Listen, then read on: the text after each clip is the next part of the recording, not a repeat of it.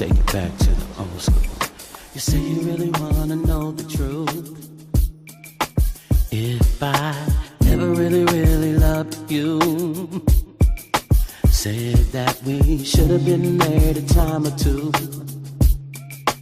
But you said I could make commitments to you. Girl, hold up, don't press me on the issue. I said things in the past that disappointed you. I just wanna take my time, just wanna follow through. Gotta say the right thing, execute the right moves. I can't love if I don't love me.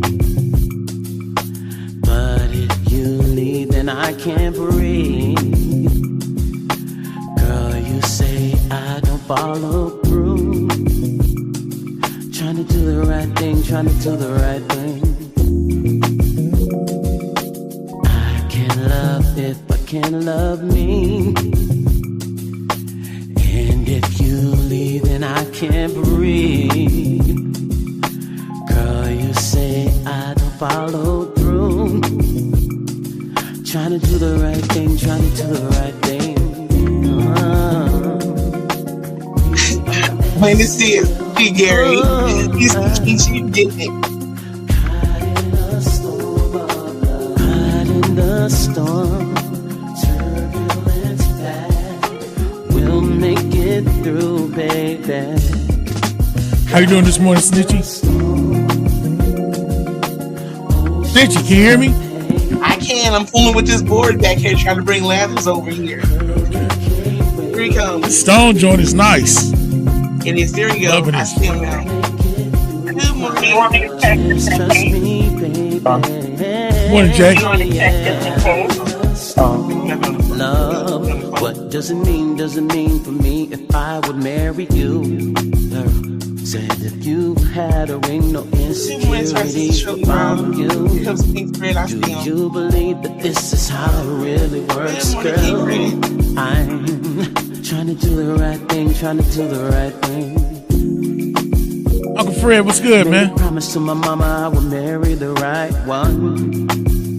She said a ring won't get a picture perfect, girl. Then said listen to your spirit when it speaks from deep inside.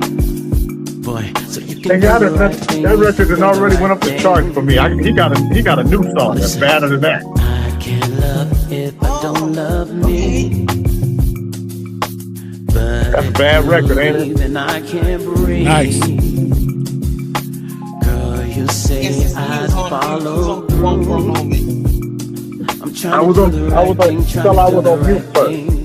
Again, I can't love if I can't love me. But if you leave, I can't breathe. Girl, you say I follow through. I'm trying to do the right thing, trying to do the right thing,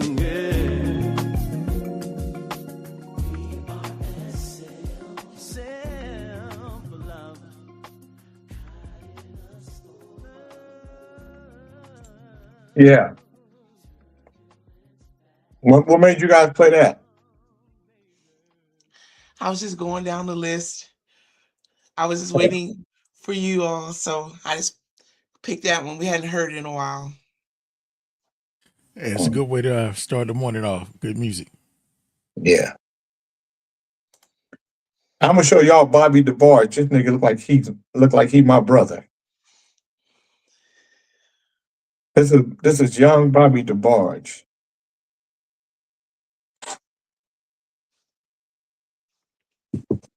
He looked like, wow.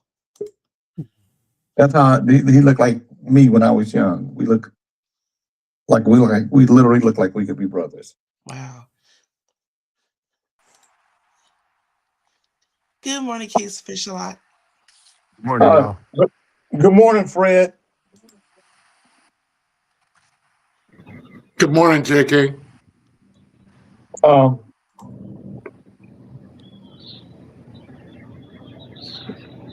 Which face are we on today? Number one. Wow. That's number one's a motherfucker. No. It's No, fine. number one is a motherfucker. I'm looking for the face. Your second face is the best face for me. That's the face that's kind to me. Number one face number one is a motherfucker. So, Good morning, brothers. could you please go back to face number two? But I want you to That's too say much work. That's too much work, Jay. face two is being nice, Fred. Phase two is when you're being nice. It's too much work to be nice. Hold on, I got a helicopter passing over.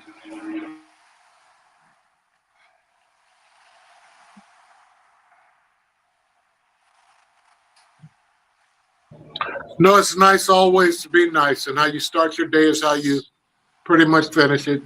God bless. You know, we just have to be grateful, Jay. Right, but you said you was face number one. Face one is mean, Fred. No. We're not going down that hole today, Jay. I'm grateful. What hole? Huh? You're grateful? Yeah, we just want to be grateful, Jay. I was thinking yesterday evening, I was watching you with your nice little jacket and your shirts on and dancing around out there at the stadium or at the vineyard that you're building out there. And I was thinking to myself, when did you see me doing that? Because I haven't done that. I've seen you doing it all this month, last month, every day, asshole. Anyway, before we go off into that bullshit. Good morning, Willie's in, but I wasn't doing that. Imagine what Cowboy thinks of you when he's up there in heaven looking down and watching this young man jump around and just changing the whole dynamics of things. Can you imagine? Good morning, what would he say to you? Don't get too big for your britches. Good morning, man. Do his pants, standing up there like a cowboy. Good morning, Deb S. Out there in the backyard around a damn horse or something. Get too big for your britches. You got a lot of people up there proud of you, old man. Doing my best, Fred. Doing my best. Huh? I'm doing my best. Yeah. Good morning, Christy Graham. What are the rules going to be for diabetes? I'm not sure where to look on the website for Saturday's instruction. Diabetics. Diabetics can bring fruit in and stuff. So if somebody has to do is let them know that you're a diabetic. They don't need to be coming out there eating in the fucking sun. God damn it, stop eating for 4 hours. Eat you some salad or something before you get there. All them goddamn old handicap bullshit. Man, knock that bullshit off. Good morning, go out there and Lisa. enjoy yourself. Shit. The fuck? Good morning. Good morning. I'd like to say good morning with the song for you. Good morning. Good morning. I'd like to say good morning with the song for you. It's a wonderful day in the neighborhood, a wonderful day for a neighbor. Would you be mine? Good morning, Shirley Brown. Would you be mine? Kings in the Morning listeners, would you be my neighbor? Good morning, Chief. Would you be my neighbor? Certainly, Jay. I'm glad to be in the neighborhood. Good morning, Fish. Would you be my neighbor? Good morning, Jay. George. Certainly, Jay. I'm bringing Bob James and Earl Klugh with me this morning. Hell, I might even bring Kirk Whalum along with them. Good morning, Fred. Would you be my neighbor? Yes, I'd love to be your neighbor if you leave all those special diet motherfuckers at home. Good morning, Bernard. Would you be my neighbor? Absolutely. Good morning, everyone. Special accommodations. Special accommodations and shit. Damn, we're trying to have a good time, not a pissing, shitting. Man, get off that bullshit. Man, y'all adults, act like adults. You know damn well if you need to change your diaper, piss before you get there. Don't bring no diapers in there. You know what you're supposed to eat. You too old for this shit. Now, Fred, are you have you had to wear a diaper before? Yeah, of course. How did it feel? Like, did it make you feel kind of weird? Oh Fred, man, it's was just a blessing to just know that I could still pee. Something was coming out, either shitting or whatever the case may be. It's part of the process, man. Nakia George said Fred is cutting up already after saying he was going to be nice today. I said I was gonna be nice to Jay King. I didn't say nothing about you goddamn polar bears. Motherfuckers with high blood pressure and sugar diabetes and sweat glands and all that old fucked up shit. Stay in the car. Just sit in the car and listen. Nakia George said, Fred, people with diabetes need to have fruit or candy in case their sugar drops in that heat. Exactly. Fred want people dying. We're not gonna die on my watch. No way. So yesterday we had the volunteers out so they could see the whole process of what's happening, and it's a lot of moving parts. You have and that's just what's happening inside the park with the performance. That's not talking about the parking and the transporting people to the venue. That's not talking about the band and how they're being transported.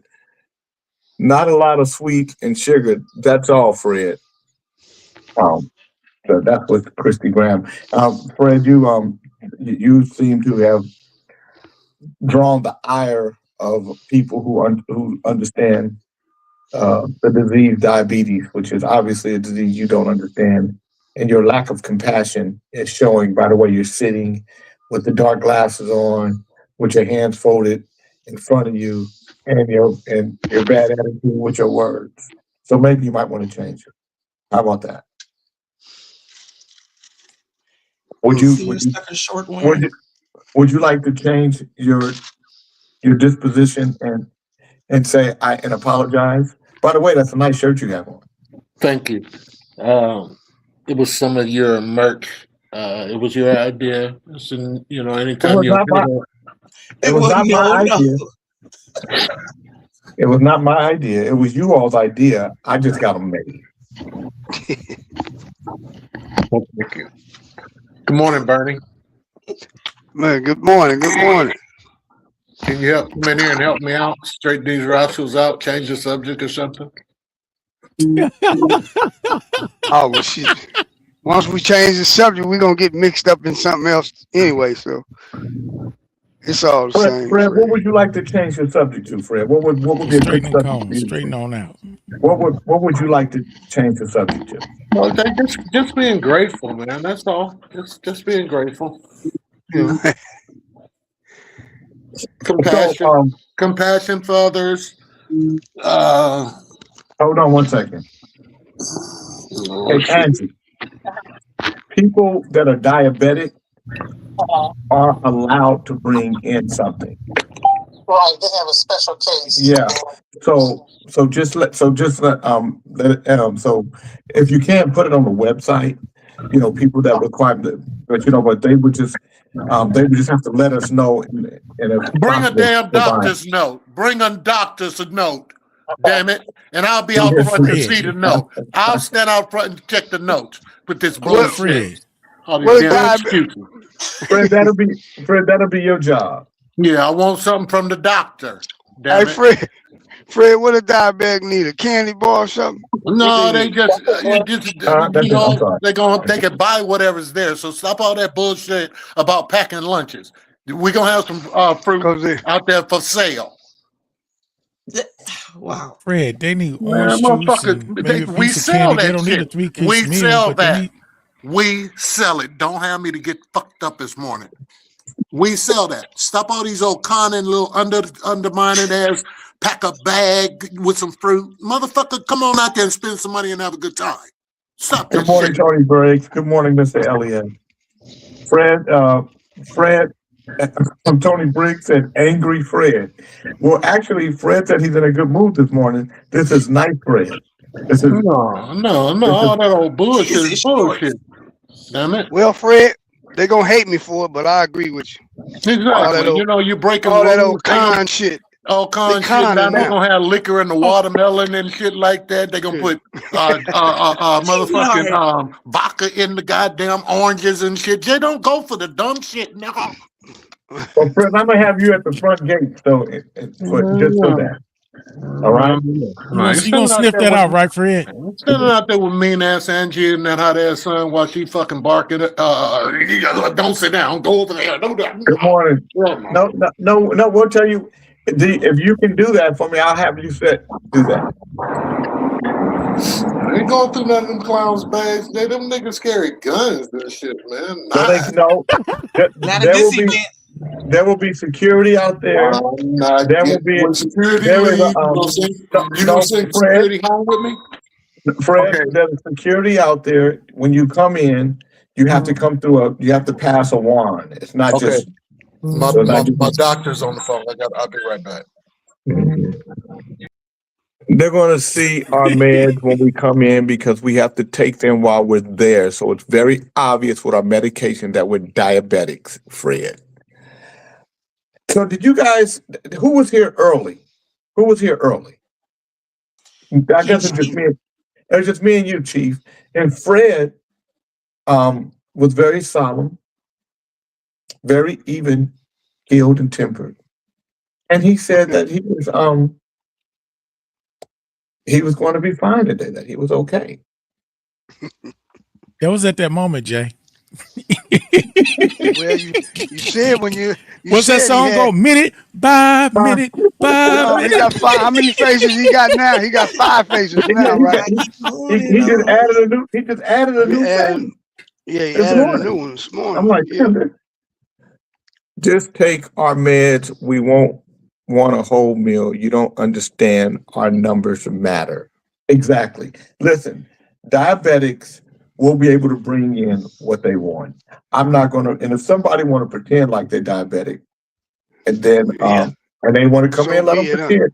Let me tell you something. This is a true story. A friend of mine named Carl Anderson got bone cancer. And Carl was a wonderful man. Great actor and singer, just a great artist, painter, everything. So when he found out he had bone cancer, he called a group of us. And we came to his house. He lived in a loft in downtown LA. And he told us. And he went through all the treatments. Eventually, Carl died from bone cancer. He was married to Portia Ali. One of our friends who take on other people's personalities, to take on different things. Like he'll pretend like if you talk with an accent, he'll talk with an accent too. He takes it all on. He would take everything on that you are. He takes it on. So he took on Carl's cancer and started saying he had cancer. And I never believed it to be true. But, people say things like that.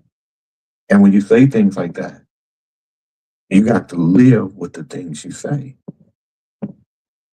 And eventually he died of cancer. So if somebody want to they want to pretend they have diabetes, and then when diabetes jump on their ass, don't get mad at me for saying that's what your ass get for pretending like you had diabetes.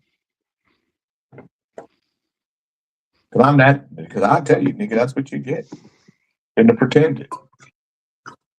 I mean, when you make fun of people that are less fortunate, man, nothing good come from it. I had a roommate that stuttered, and I used to mess with him all the time and stutter and fuck with him. and I started stuttering, couldn't stop.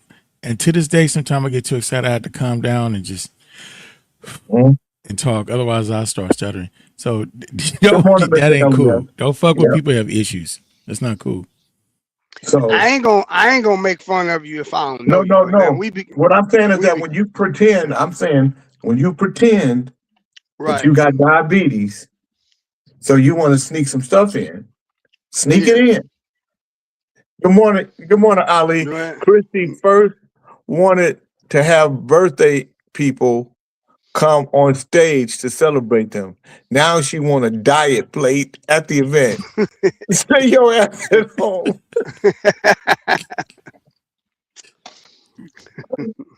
Christy, bring your ass to the concert with some friends. Bring your diabetic plate. You good. My wife diabetic, so I know how, but still. Right. All of a sudden I ask a question and set him off. And set him off an escape bottle rocket. And it set him off like an escape bottle rocket. Well, Christy Graham, Ali, Ali is like a hand grenade when it comes to y'all. He will. Anyway, yesterday was good. The volunteers that are coming in, they're gonna enjoy it. We want the people to enjoy it. And I'm not interfacing with people because I don't have the right attitude for it. So you gotta know what your attitude like. For all the shit Fred the cream puff in front of people. So junkyard dog. They're like Ali. If you see Ali in person, Ali is he's a very nice person, very soft spoken and nice person. All this shit he do here, it's just the show. It's his personality. Fred is just being an ass. When a low hits, a diabetic can become confused and needs to bring it up immediately. A monkey said, "My girl Dixie is going to jump on stage and twerk." I'm sneaking in.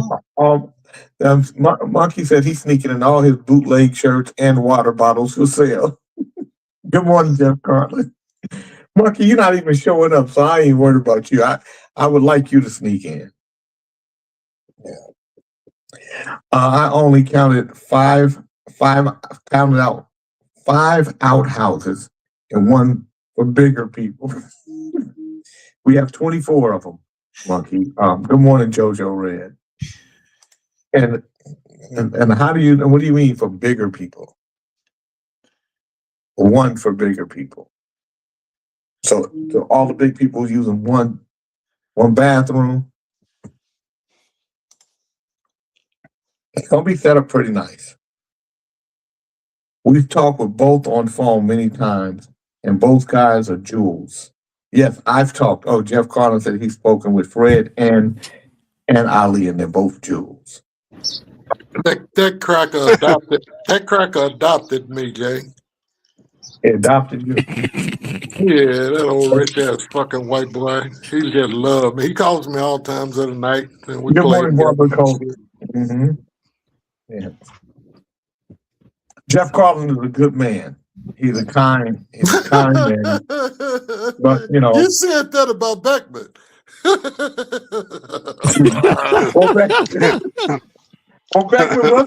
Beckman was a good man till he started. But you can only bury the Confederate in you for so long, and it's gonna seep out. Once that Confederate started seeping, it was well. If Trump wasn't president, it might have stayed in there. Yeah, Trump brought it out. A lot of people. Once Trump became president, and they said, "Oh, we can say nigga." Oh shit, nigga. Then they could say,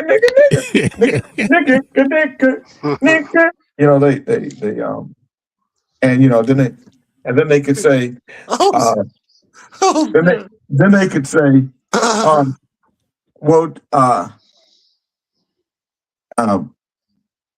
the knee didn't kill George Floyd. The drugs did.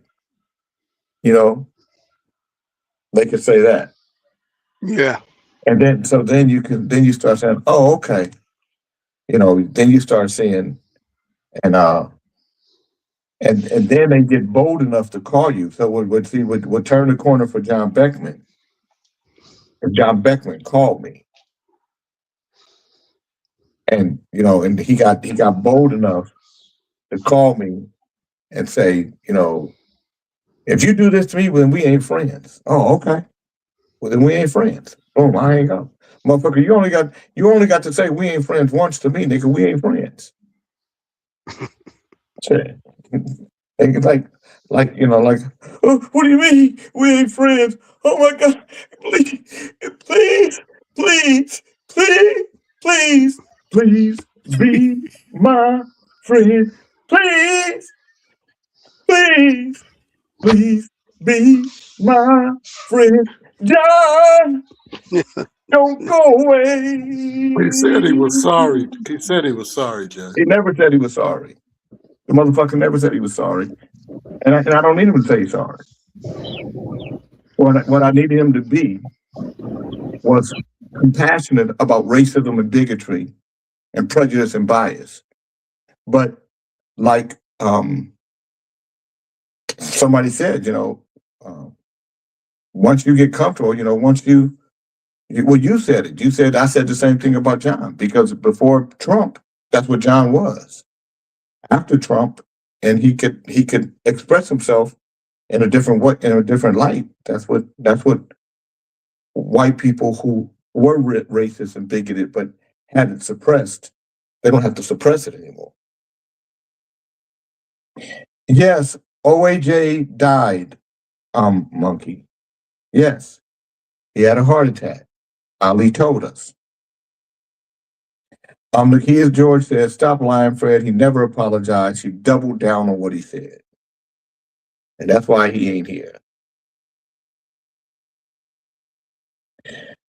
And so, he can openly and freely say nigger. He just can't say it in my face. He ain't got the nutsack to say it in my face. And I know that.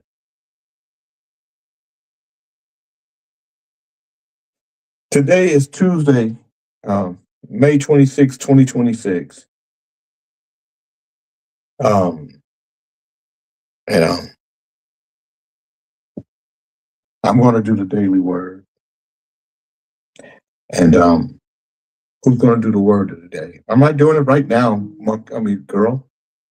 It's only 18. Call her monkey. You said monkey or girl? I should have called her a monkey girl. I'll be making sure I get my grapevine samples before I leave. I know that for sure. I'm excited about growing some grapes. Monkey said, I heard kind of, because I'm kind of always here, kind of. He looks so healthy, too. Monkey, the motherfucker couldn't walk. What are you talking about? He had a walker. Of course he didn't look healthy. Good morning, Dre, would you be my neighbor? Yeah, as soon as I get my my air shit working.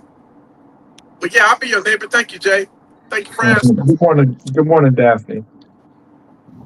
Trucking like a true immigrant.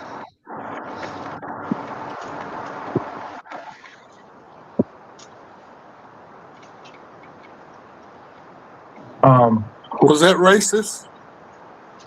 Well, what do you mean spoken like a true immigrant?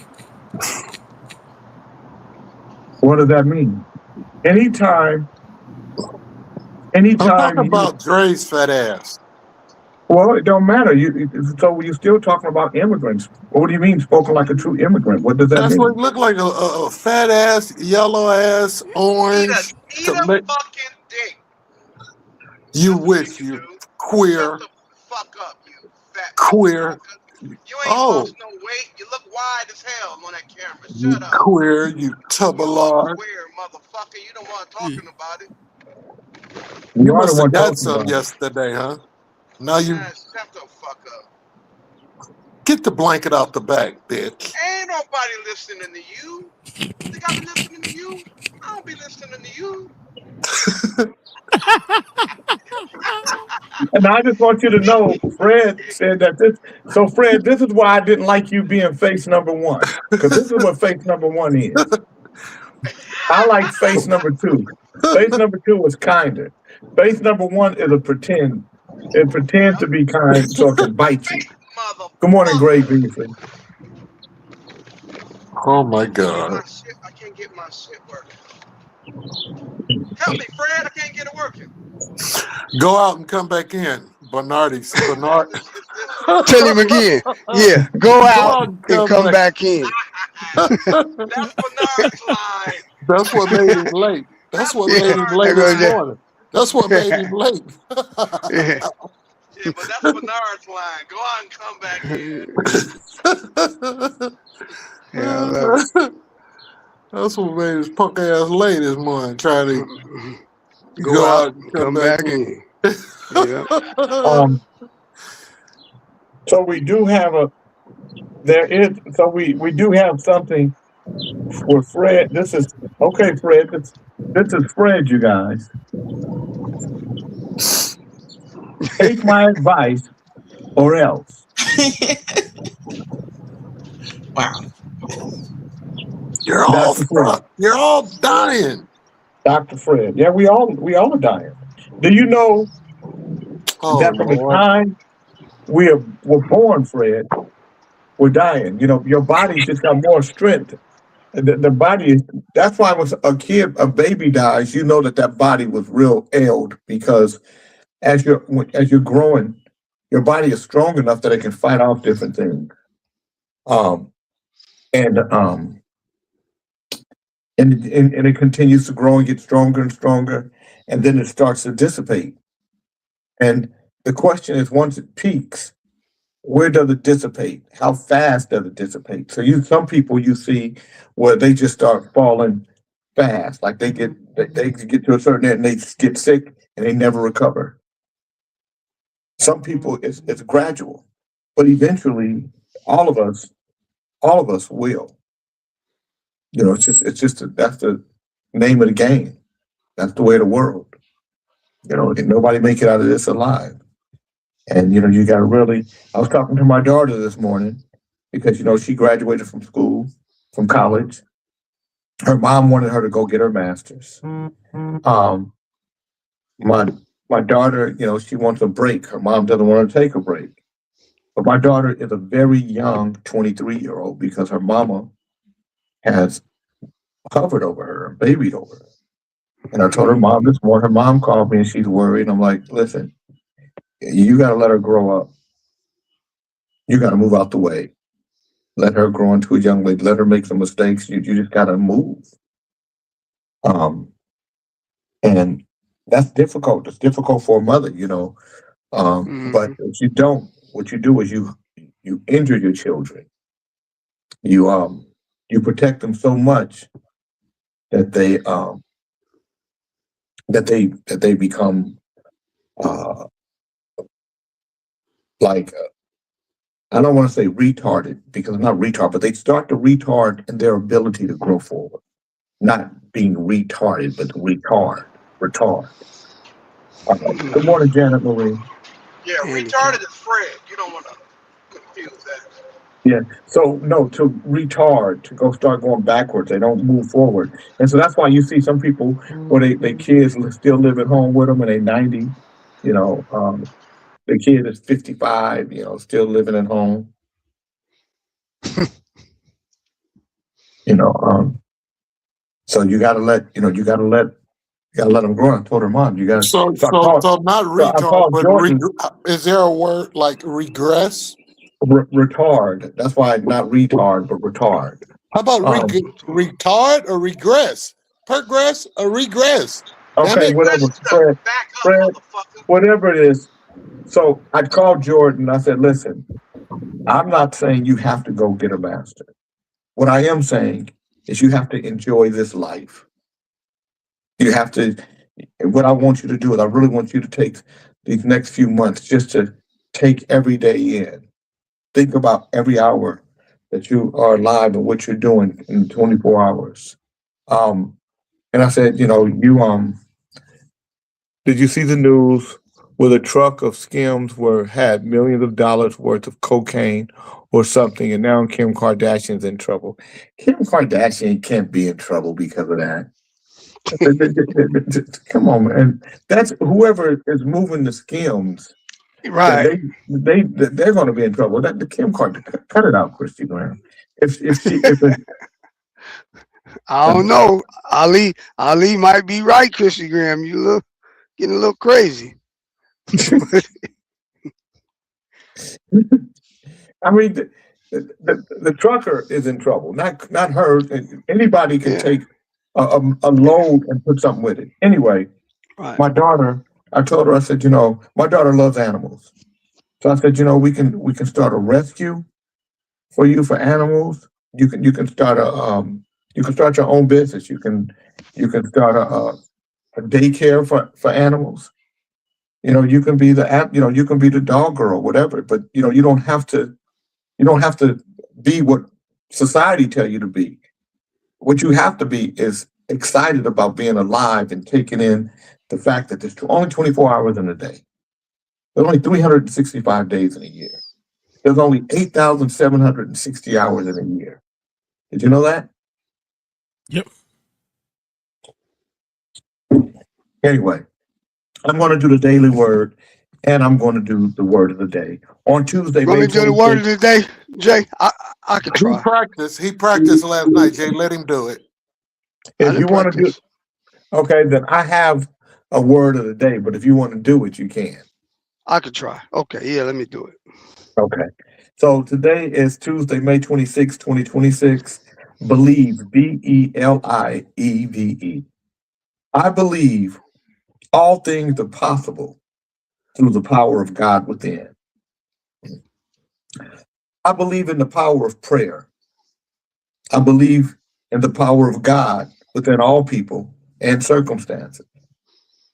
Faith lifts my mind and heart and allows me to see beyond a negative appearance to discover God in and through all things. Whatever I put my faith in, I give it my all.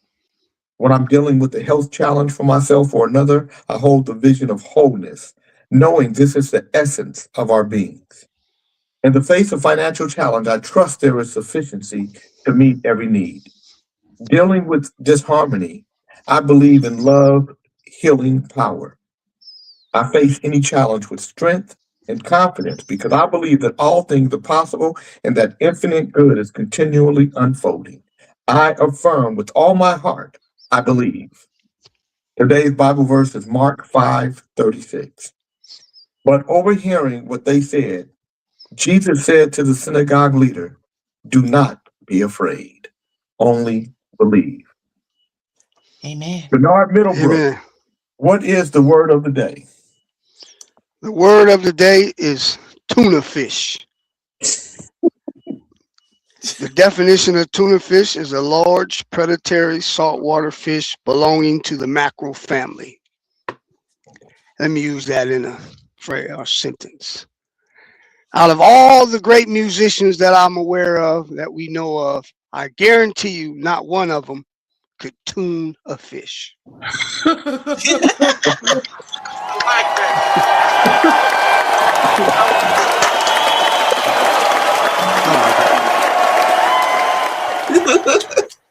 That's good. Yeah, that's good. All right. That was very good. Good job, bro. Man. That was good.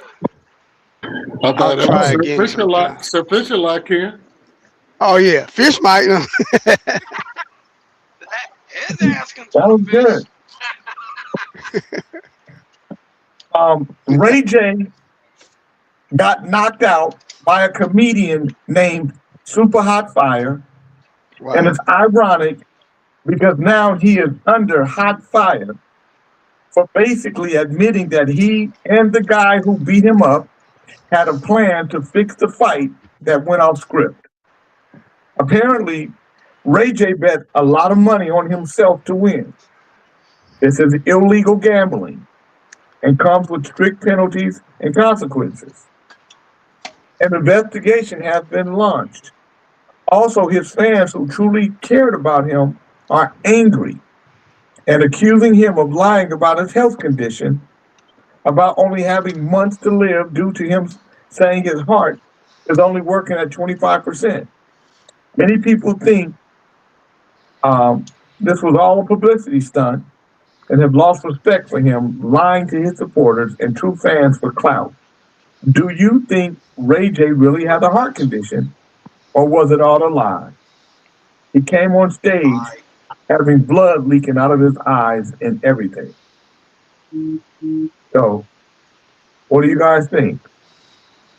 First of all, hold on. Before we do that, I want Snitchy, do you have a video? Can you pull it up? The one that you sent me? Yeah. Yes, I have it. Okay. All right, here's the most recent one. Here it goes. He talks shit about Kim Kardashian. Oh, wait a minute. Hold on. Oh shit. Wait, Ray J. Wait, what? What the fuck is that? What the fuck is that? That's how he was on. I have one. Bro, what is he doing? What is Subafai doing? Be best friends. What is he doing? He's running. Why? The life. Oh, he's. Oh, okay. There it is. Oh, there it is. Oh shit. Okay. All right, you owe me. So he was fucking around. Right, left. Okay. So he was just talking shit. Okay. Oh, wow. He was playing, I told you. Yeah, I think he's doing this for like. Oh! I felt it. That was the one.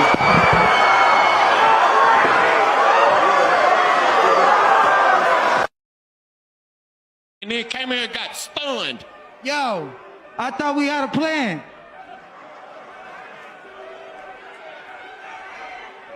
What the fuck you just say? Hot, super hot. Come here. Come on. Like a motherfucker, bro. Damn, bro. Like that? For real, my nigga? That's janky as fuck. Nigga, say what you gotta say, man. I don't want to say too much because I don't want to get nobody in trouble, but damn, my nigga. Nigga, we took a L tonight. We didn't take shit. Your ass was over here. You want me to show you what you did? Where was y'all at? You were somewhere around this rainbow sign, and he took one punch. Hey, Ray J, this is professional, man. You can't just do what the fuck. I gotta talk to the nigga about. Y'all talk backstage. I ain't even gonna interview y'all. Super, come here. Super. Money we lost, nigga. We didn't think you was gonna win. So how y'all lost money? Wow.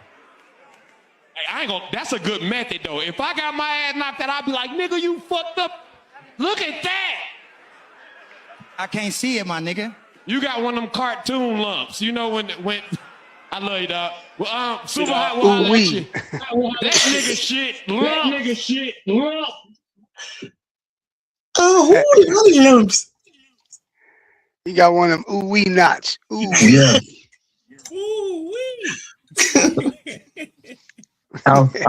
I fought somebody at the Continental Makers Boys Club in Vallejo, and I put the ooh-wee knots on him. Jay, let me ask you something. Yeah. You toured with a lot of people, and you toured with Lenny Williams, and Lenny Williams supposed to be a boxer. Did he ever put the ooh-wee on anybody? Well, so you got to remember that when Lenny was in his apex, I was a kid. I was in elementary school. Because you're talking about 72, 73, 74. So in 72, I'm 10. In 73, I'm 11. He still got it. That's why I was asking. He said he still got it. Well, no, but what you asked me, the question was, and I'm only dealing with the question. The question was, you was out touring with Lenny. When you were out with him, did he ever pull the boxing gloves out? And my answer to you is, when he was out touring, Lenny, I was a kid. I was in elementary school. working my way through junior high school. So by the time Lenny and I toured together, did dates together, Lenny was older. And I'll tell you a Lenny Williams story, and we can get him on the show one day. You guys can ask him. So I had a house in El Cerrito. You've been to my house in El Cerrito. On the hill, you saw how steep the hill was. And so I used to walk up that hill backwards every morning, and then I would run. So it was a 3 mile, 4 mile thing. Me and D-Rob would do that every day. And then, we would, I would hit the bag, work out, blah, blah, blah. So one day Lenny comes to my house, and Lenny's like, man, you ain't in that good a shape. Because Lenny was in good shape too. So Lenny said he could do as many push-ups as me. I said, Lenny, you can't do more push-ups than I can do. So now, me and Lenny, we doing the push-ups. 10, 15, 20, 30, 40, 45, 48, 49, 50. Lenny stopped. 60, 70, 75, 80. I stopped. And Lenny is almost dead. Lenny's still breathing. I almost killed Lenny with push-ups. I almost killed Lenny Williams doing 50 push-ups. I was in optimal shape at that time. So I probably weighed 145 pounds.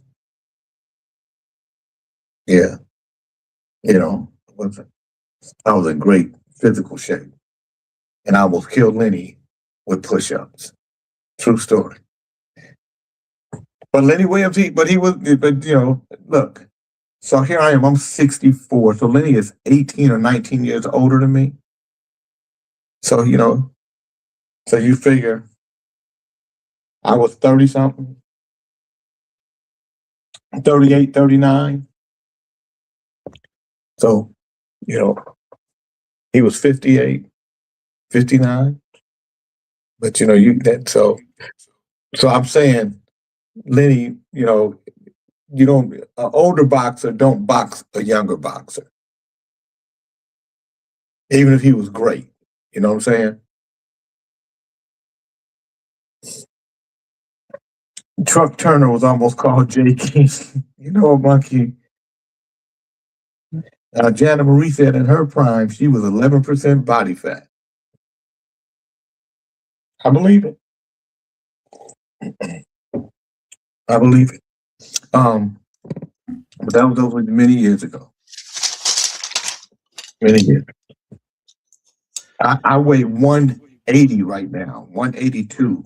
I was down to 177, but I got on that goddamn ship and went up to 185. So now I'm back down to 182, trying to get down to 175. But I can get down to 165. So I had to break out my achievement belt, Jay. What's an achievement? When I was bigger, that I started putting notches in, so I can put some notches in, so I can make sure I make the slide for the next cruise.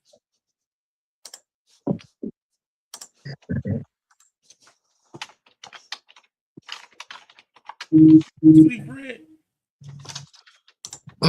He's too little for me, child. I want me a big man. I can't do no 160, 125. We're free of that shit. What is Fred? Fred, what are you talking about? I ain't talking about nothing. I know. Don't keep that to yourself. You go ahead and lose all that weight. That's spare change. Jeff Carlin said Jana Marie got 11% body fat. He said he's winning. He got 31% body fat.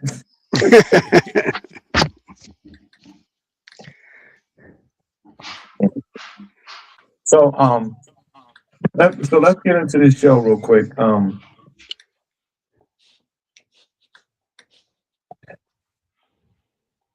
Y'all, the damn bailiff done kicked me out the courtroom, and I don't blame him. So, a friend of mine got pulled over because one of her taillights was out. That was a simple fix. A fix-it ticket type situation. She asked me to ride with her to court. I'm about 26-year-old, and I'm always down for the mess, especially when it ain't mine. So I said, sure. When I get to court and I'm sitting on one of those hard wooden benches, people watching, everybody in there looked either confused, defeated, or like they had definitely driven there on a suspended license. My friend's last name starts with a B, so she got called early. This should have been a blessing. It wasn't. The clerk read the ticket. The judge rolled his eyes and asked my friend, ma'am, were you aware before driving the vehicle that your taillight was malfunctioning? Now, if you've ever been in traffic court, you know that question was basically an alley-oop from heaven. All she had to say was, no, Your Honor. That's it. Case probably dismissed, maybe a warning, maybe get it fixed. But no.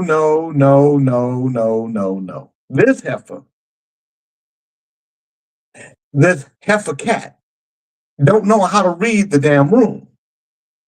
She hit the judge with neck rolls, finger twirls, head pops, attitude, bass in her voice, air in her chest, and said, do you get out and walk around your car every time you crank it up to make sure all your lights work before you drive? The whole courtroom got quiet. You could hear a rat pissing in cotton. The judge pauses, looks at her, and says calmly, ma'am, I'm trying to help you. Then he clears his throat and repeats the question slower. At this point, I'm sitting there internally begging this woman to stop talking, but she couldn't. She simply couldn't do it. She just kept going. She starts giving this man a full TED talk on fairness, oppression, taillights, and accountability. And before I could stop myself, I just flew out my mouth. Everything, it just flew out. I stood up and I yelled, shut up, bitch, you winning. Here comes the bailiff. And now I'm getting escorted out the courtroom while my friend watches me disappear through the double doors. You would think that would be enough. She still didn't shut up. I'm standing in that little foyer area outside the courtroom doors, listening to this woman continue arguing for her life. Finally, the judge says, I may not run things at home. My wife is the boss there. But in this courtroom, I run everything. And then boom, $800 fine. The court gasped. Because her last name started with B, we had to sit through the entire rest of the alphabet waiting for them to set up her payment plan. And just by not shutting the fuck up, that little taillight situation ended up costing her around $1,200. We both learned on that day, because had I shut my ass up, I wouldn't have embarrassed myself, and I could have at least waited comfortably inside the courtroom.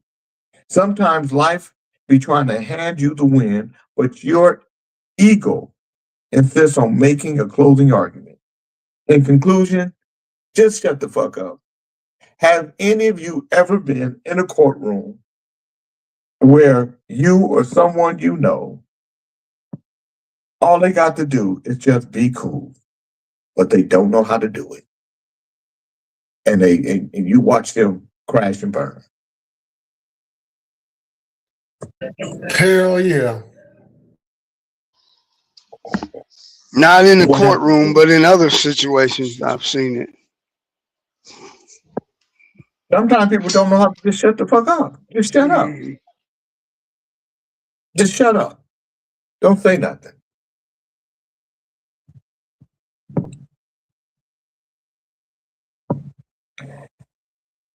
A 56-year-old Houston man has been charged with felony bestiality after his wife caught him raping the family dog on surveillance cameras she installed inside their home.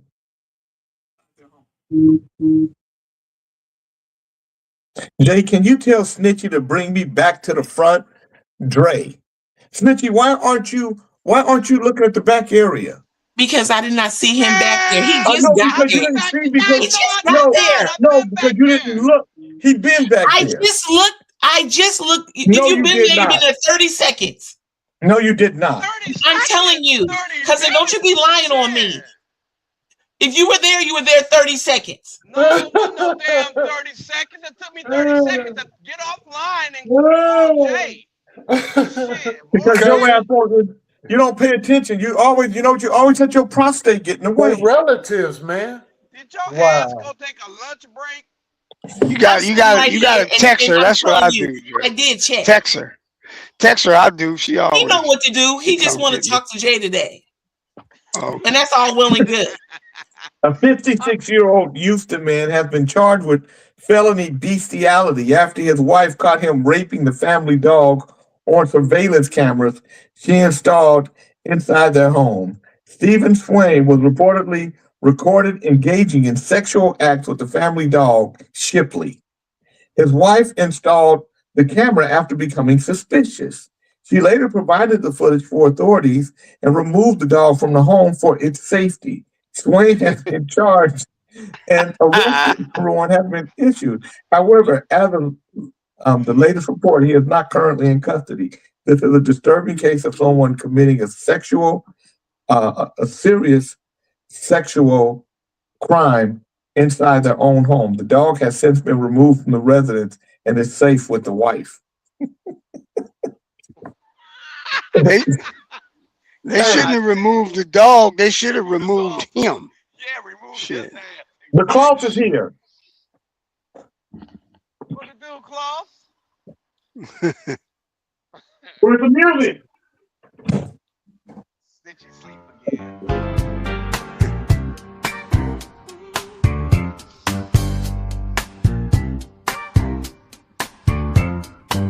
She did have me waiting for a while too. Stop it. Oh my God. Look at that time. He's just so cool. His birds are out here acting a fool. His weed is funky, soaking it too. He's sitting back now, looking through. He fell off. Wait a minute. He's back. But you Sean Metamucil, is that the problem? He's here. I'm about to send you some Metamucil. God is here. He's here. God is here. You ain't right.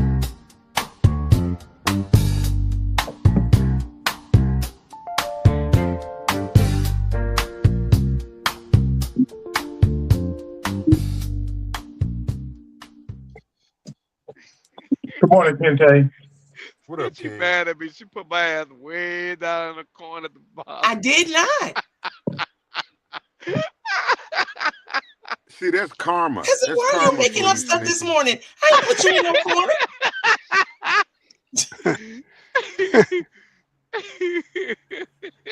Wow. That's karma for you. He just making that up. I didn't put him in no corner. Got me in the corner like little Jack Horner. Oh, you because you What's up, when Jay? you know when you leave, you lose your position. Hey, look. Oh my God.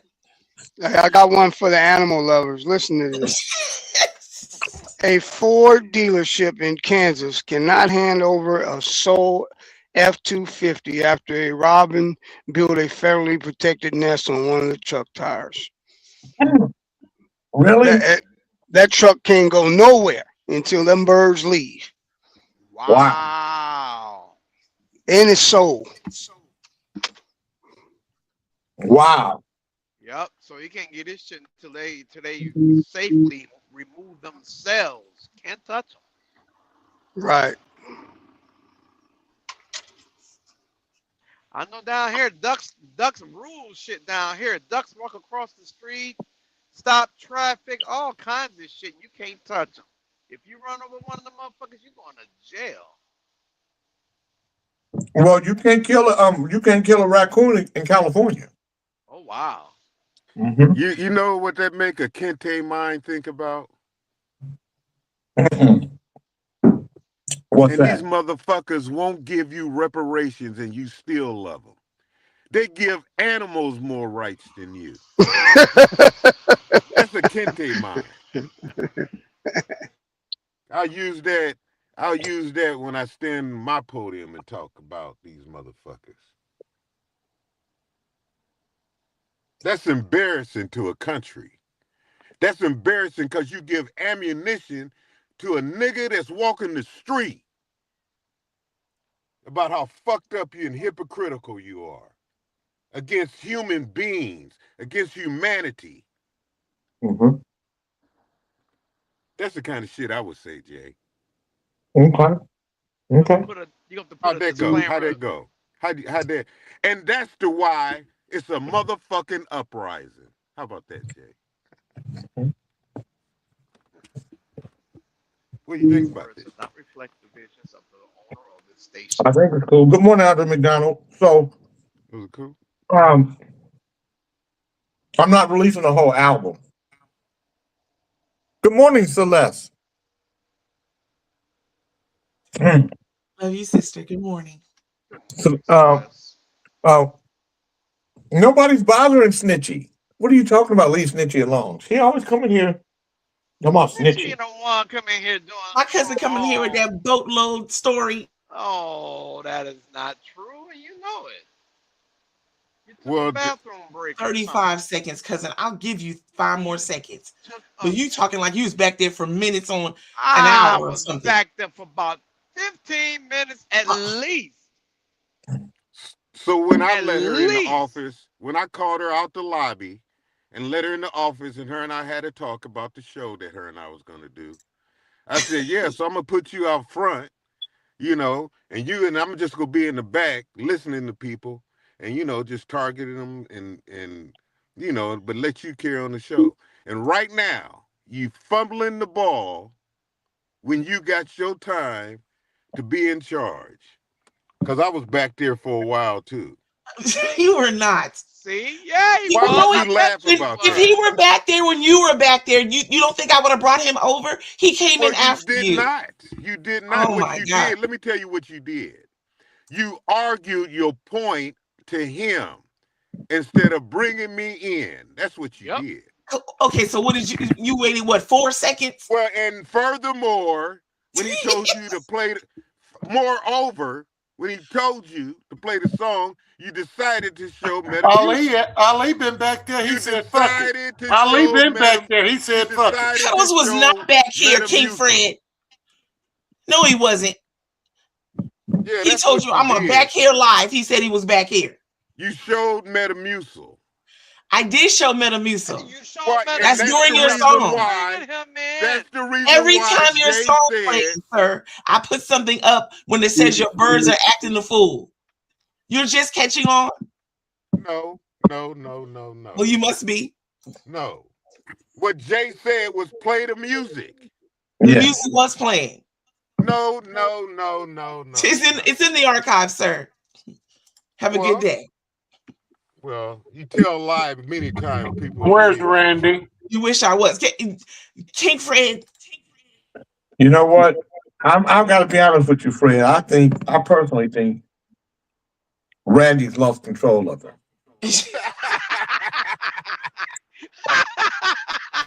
Randy, we're going to have to rethink this thing. Listen to Cuddles. Cuddles said you left me in the green room 2 Fridays ago for 20 minutes. So I left. Remember when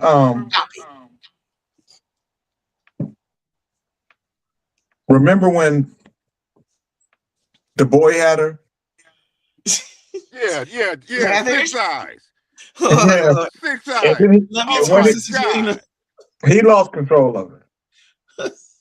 6 eyes left the Well, first show, off, I'm Jay. not a slave. I don't need to be He made 6 controlled. eyes leave the show. And you was like her as his caretaker. That's embarrassing. It started off that way. Yeah, you sit up here, you Right. like that girl. See, that girl that was in court, she was on the stage. That's what you're like. You're You on the wish. stage now. No, I wish you wouldn't. See, I knew that very line that you said, me and my sisters. I said, check it out. So, we gonna say this the mothership for all of us. And she said, well, me and my sisters. I'm like, what? I Get said the our fuck in the lobby. sisters. No, Our I put sisters. you know what I did? Sisters. Always with I got that big hook, Jay, from the Gong Show. And that clown and pulled her out of there and put her in the lobby. Get the fuck out of here. You've been fumbling the ball ever since. Oh my goodness. All I know is there's no control of Snitchy at this point. She's like, you know what? She's like I'm self-managed. she's like a AI that has gone rogue. Out of control. You see what Cuddles wrote? Poor Randy. 6 eyes could see what would happen to the bear, so he left Randy to have the problem. I told her she smelled like a day old left in the bag after going to the store on Monday. You smell like the sausage that was left in the bag on Tuesday instead of putting in the refrigerator. Oh, you're gonna talk about what you smell like. You stink. Your technicals, your skills stink. You are a stinker. Come on, let me change your diaper. Come on. Stinky. Who's gonna change her? Now, Kente, these are your birds. From Snitchy Jay, but Jay, and I loved them. I stuck with them for so long, man. And then I said, Jay, they got to come with me, man. And you said no. And that made me reevaluate my thinking, man.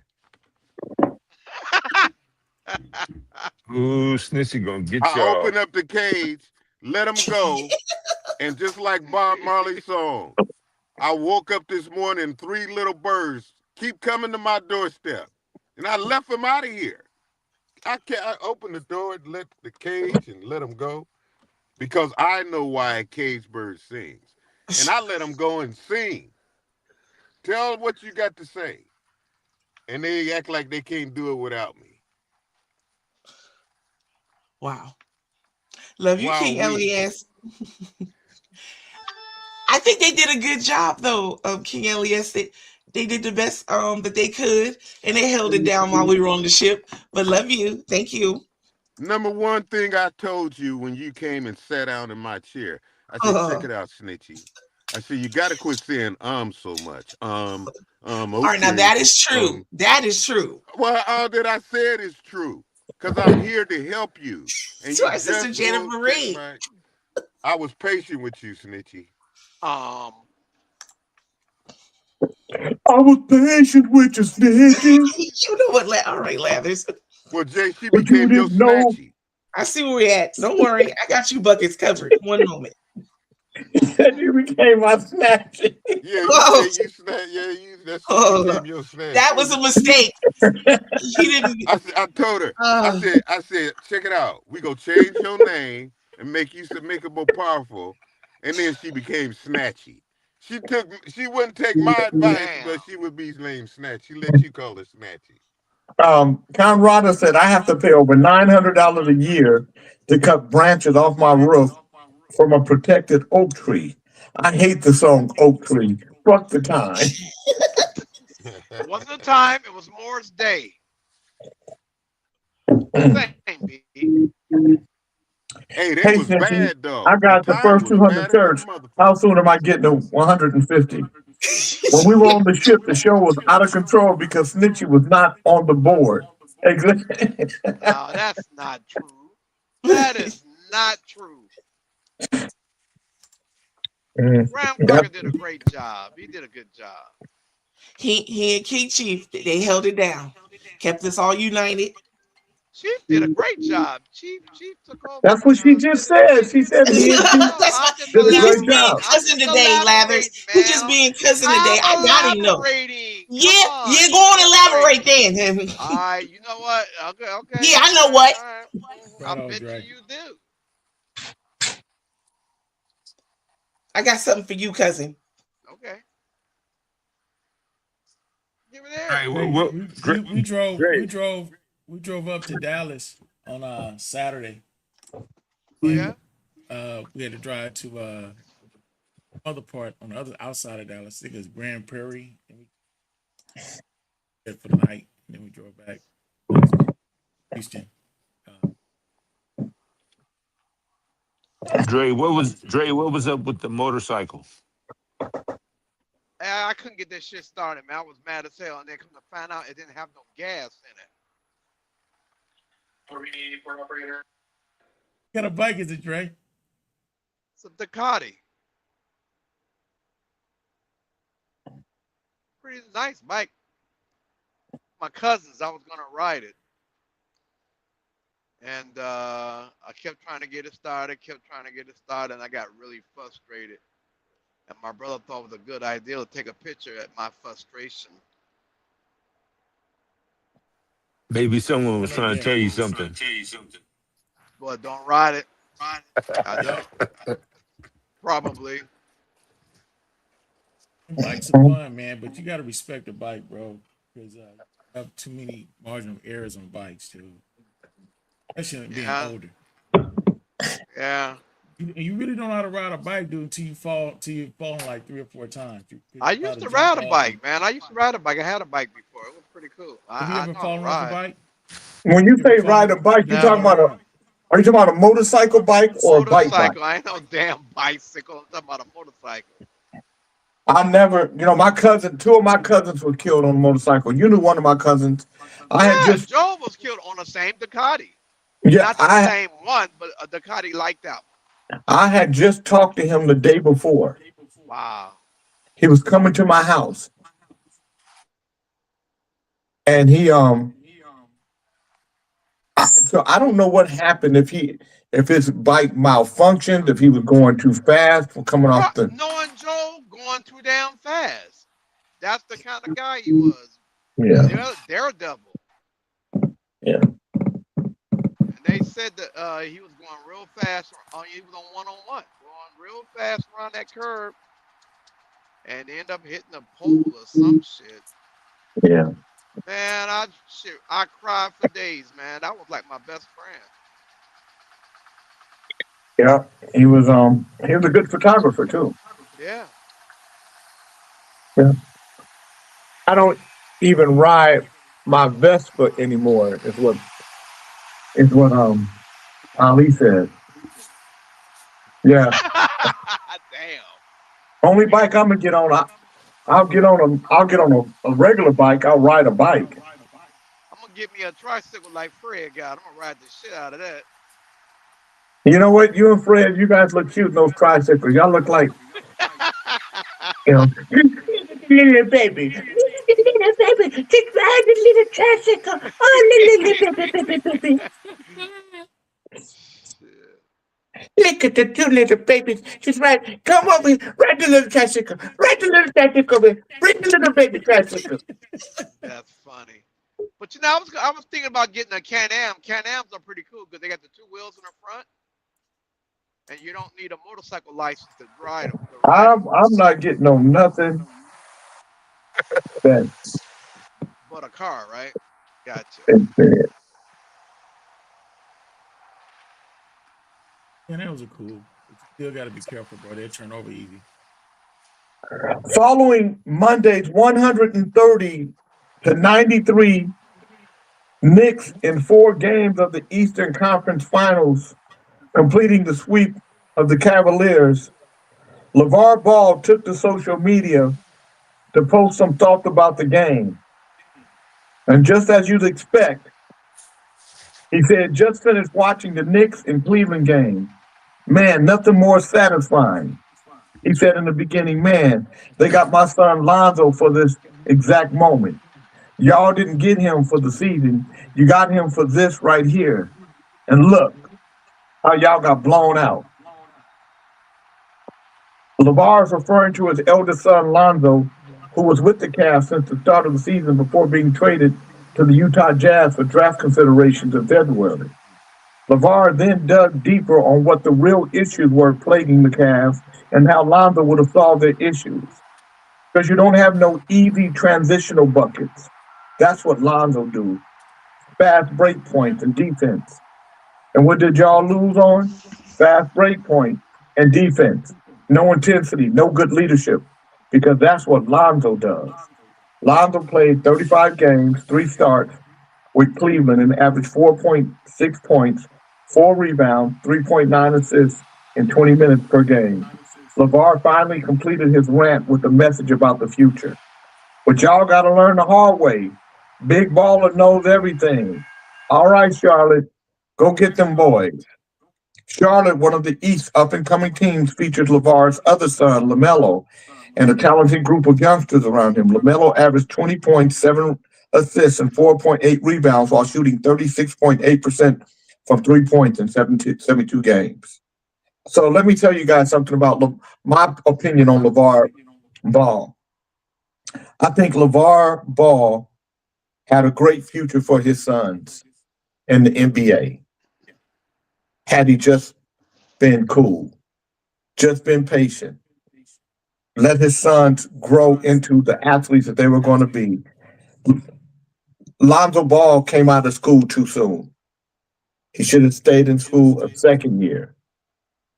The other boy that got caught stealing, he should have made him pay that price where he had to sit out and learn, teach him the lesson. The other boy, the youngest, he should have let him go to college. Instead, what he did was the equivalent of, I'm taking my ball and going home. And in doing so, he hurt all those boys and their careers. Name is Ball. Good morning, Jeff Stewart. And I think it was the word. I think he was, sometimes parents try to live through their kids. Vicariously through their kids, yep. And every time. And so, just like the boy John Morant, if his daddy, the daddy didn't do a fantastic job. Janet, the daddy was doing a fantastic job, but his arrogance and his ego hurt his kids, and he destroyed all of their careers. And the boy John Morant, you see him? You see how his career is spiraling out of control? Because his mama and daddy off the chain. So when your mama and daddy is wild, when your mama calling you at the mall, telling you to come up there, with your boys, and she knows that's your mama. Your mama, that's a damn shame. You gotta, so your daddy trying to fight, your daddy on the front court trying to fight people. Come on, man. It is ridiculous. And embarrassing. So and both said the father and the boy's case. So Lonzo, had he played another year, would have had an exceptional year at UCLA, and he would have gone on to the NBA and without all these injuries. Still building his bones, still getting strong enough to play an 82-game season versus, the 35, 40 games they play in college. Then you look at the other boy, when he got in trouble, his daddy would have made him learn a lesson.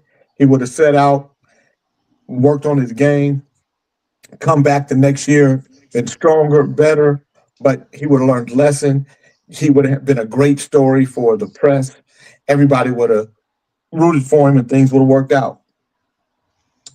And then the other kid would have just been a standout in high school and then would have went to college and been crazy bananas. And he would have had 3 sons in the NBA, all doing well. But look at him. And that's the daddy's fault. Yep. And Ja Morant, when this contract is over with, he may not get another contract. Nobody wanted. They tried to trade him. Ja Morant was one of the best basketball players in the league. The league was really putting a lot on him. They were going to make him the next face, and this kid imploded. Don't make no sense. That's like me putting Fred out front to represent Kings in the morning. Now you guys know, like I know, Fred is gonna implode. He gonna do one pump and a grind somewhere.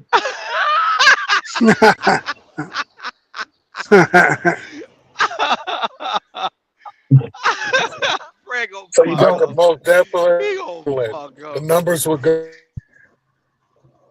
So put that back up. Most definitely. Put the other one back up. Yeah, that ego. Hey, Gab. What? Yeah, the ego. It said, yeah, the ego. It's right before Gab. Oh, okay. One moment. Here it goes. Fred out front. Fred gonna do 2 pumps. Yeah, the ego. That ego of Lonzo Ball and father is ridiculous. And then the son goes and has a baby with Miss Nikki baby, and then cheats on her and drops the ball on his kid. Yeah, I'm not. So that's some. So you all into that drama shit. I'm talking about basketball. Mm-hmm. Yeah. Then he on the team with Miles Bridges, just as much drama. They all together. Yeah.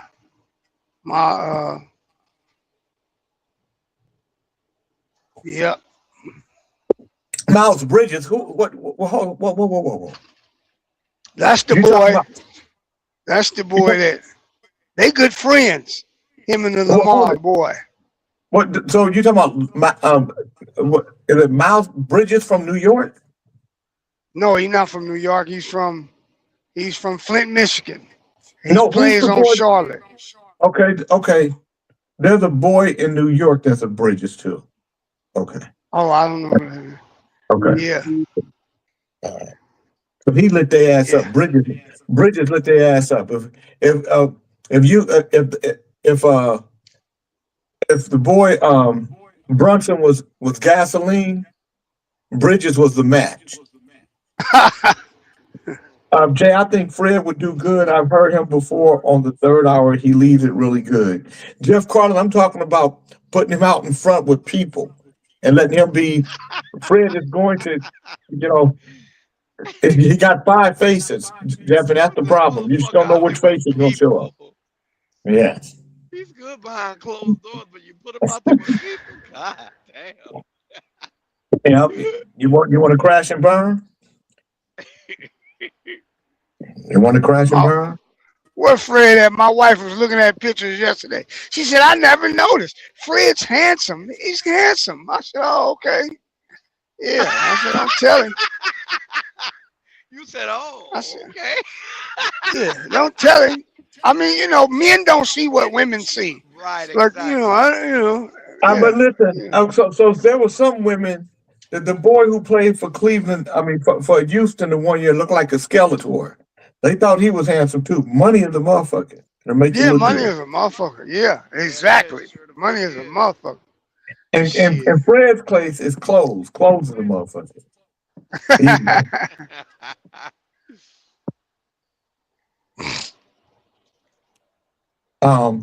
So Deion Sanders, his kids Now, you know, Deion Sanders is dating Jay. It's Mikal Bridges on New York. Yeah. I just wanted to make sure. I didn't know which Bridges. Mikal Bridges. I like him. Thank you, Lee Fletcher. So Deion Sanders is dating Karichi Tran, who at one time dated Chris Brown. Yeah, the Coochie girl, whatever her name is. Yeah, after he and Rihanna broke up. And then, but she was his wife's or his fiance's assistant. Yes. And then and she, you know, she's 20 years younger than him. If not more. She look. Is that all? Is that all? 20 years. I think because of the cutting on his body, he probably looks a little older. You know, I think he's 59 and she's 39. Oh, okay. She looks younger than that. Yeah, no, she's 39. But it's just. What happened to him and Tracy? Oh, they've been broke up. Oh, I don't know. Let me check my back pocket so I can pull it out. I don't know. I think that was man. I don't know. Last time I heard he was with Tracy. I don't watch TV. That was a long time ago. Nigga, you've been deaf for a long time because he hasn't been with Tracy for a while. But the point is this: when a woman is that much younger than you, and she with you, you might be a sugar daddy. You already know. You don't mind being a sugar daddy. Yeah, they don't mind. They don't mind. And that's crazy to me. I tell my wife all the time. Young women, they try to get at you, but they want something. I can't do it. You got to have some money and be willing to spend some money on me. Shit. Yeah, I can't do it, man. Shit. When I was young, I used to always say that. I had girlfriends that had sugar daddies. And I used to say to myself, boy, I never do that when I get older. I never do that. Janet Marie said a man should have a younger woman. I'm not saying he shouldn't. Why? Not nobody 20 years younger. He should have one or he should pay for one. Jenny out there being one of them cougars. Is Jenny out there trying to be one of them cougars? No, she said, hey, Janet, I think I think a man should have a younger one too. I just don't think he should pay for a younger one. Shit. You should have whatever you can hang with. If I was with a young woman, it's because she got more money than me. Yeah, shit. Yeah. They asked a soccer player. I was watching, I don't remember the guy's name, but he's like 6'9". He's a soccer player. They never thought he would become one. And they asked him what he would be if he wasn't a soccer player, a famous soccer player. And he said, a virgin. Damn. That's funny. Yeah, that's money, man. Yep. Money will do it every time. So, I'm reading what Stephen Smith is saying about the Cavaliers. Yesterday, man, the Cavaliers came out like they was gonna be something. Shit. Well, they was. It reminded me of a few minutes. It reminded me of seeing two people fighting, and the first dude, he get off with a few punches, pop, pop, pop, and ooh, and the other guy kind of moves like, okay, and now they going back and forth, and then bah, bah, and all of a sudden, then it's all over with. That's how the Ray J fight went. Oh my God, Ray J. Now, for all the shit that Ray J talk, I thought Ray J could fight. Ray J can't fight.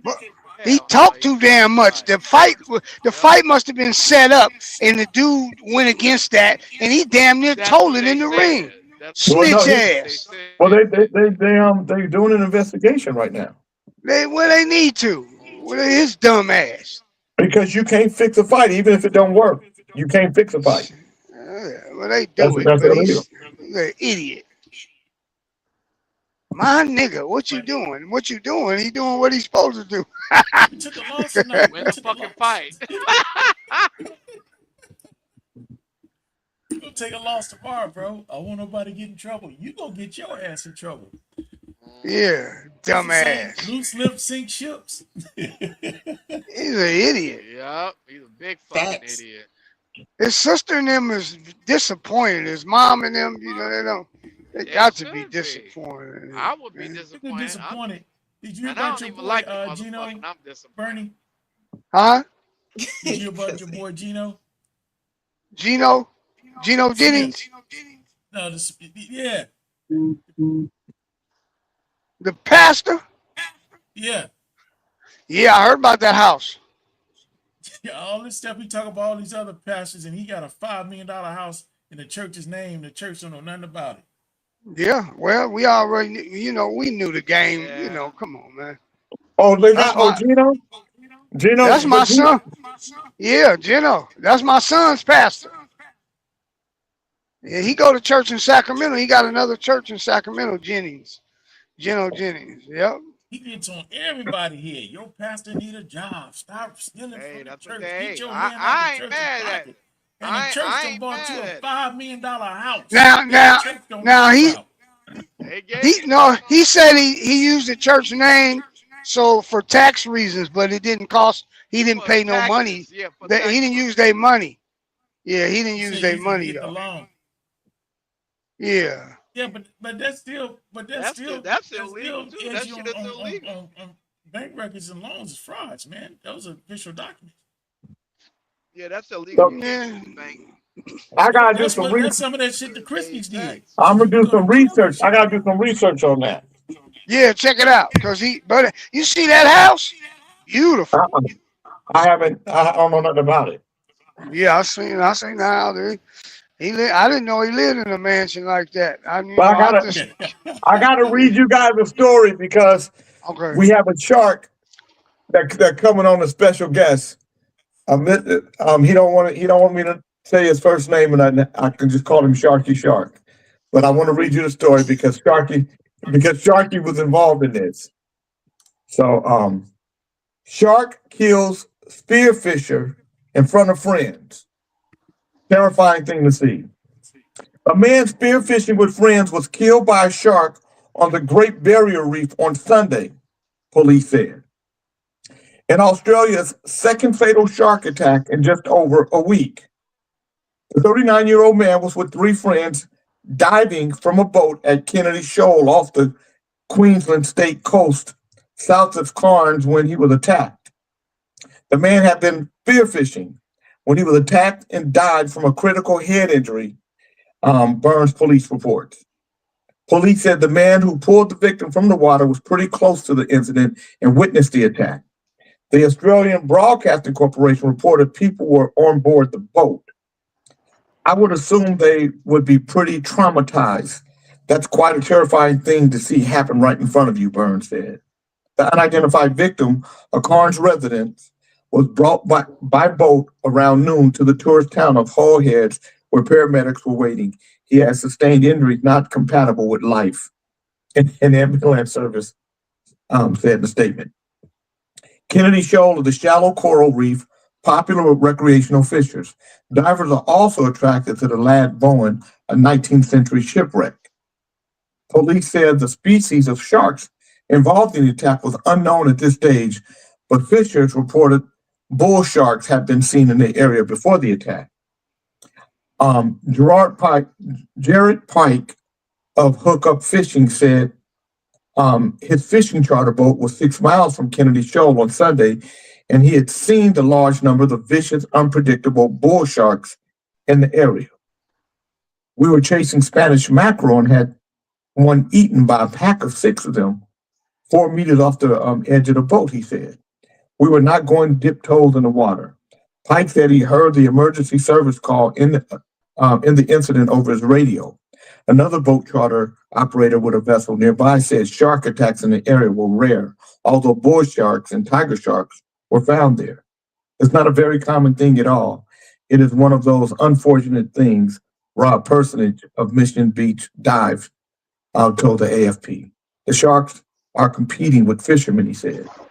Sunday's fatal shark attack is the third in Australia this year and comes a week after the shark fatally mauled spearfisher Steve Mataboni at a coral reef off Rottnest Island near the southwest coast of Western Australia. Mataboni was with friends who witnessed the horrific accident as well. The 38-year-old Perth resident was taken by boat to a holiday island where paramedics were unable to resuscitate him. The 16-foot white shark was suspected. Australia has averaged more than 3 fatal shark attacks a year in recent decades. Sharky Shark is here with us. How you doing? How are you doing, Sharky?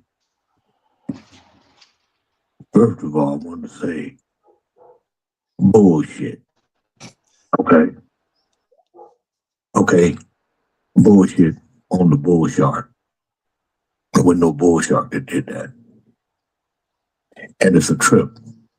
Every time the white shark do some shit, they want to put it on the bull shark.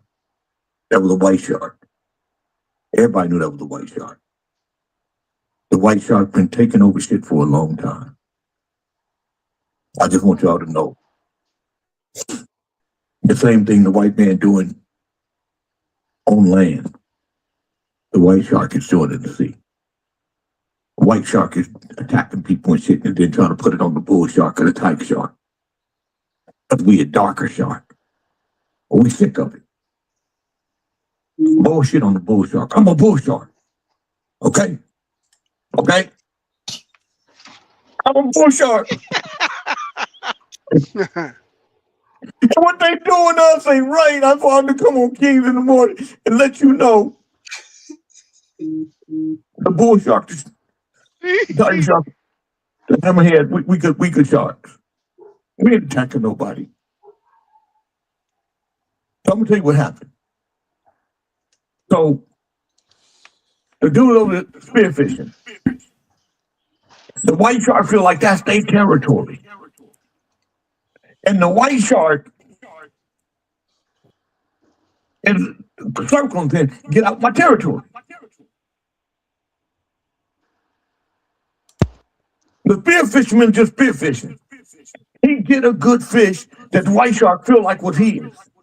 And that's where it all started. It was a fight over a fish. And if y'all don't do something about these white sharks right now, there will not be a bull shark, a tiger shark, a hammerhead. It will only be white sharks. I'm not going to sit around. That's why I'm on Kings in the morning right now. I don't know why you can't hear that there's I'm looking for it. I'm looking for it. No, you don't got to look for shit. You put everybody on mute. Everybody's on mute, but one person, 2 count you.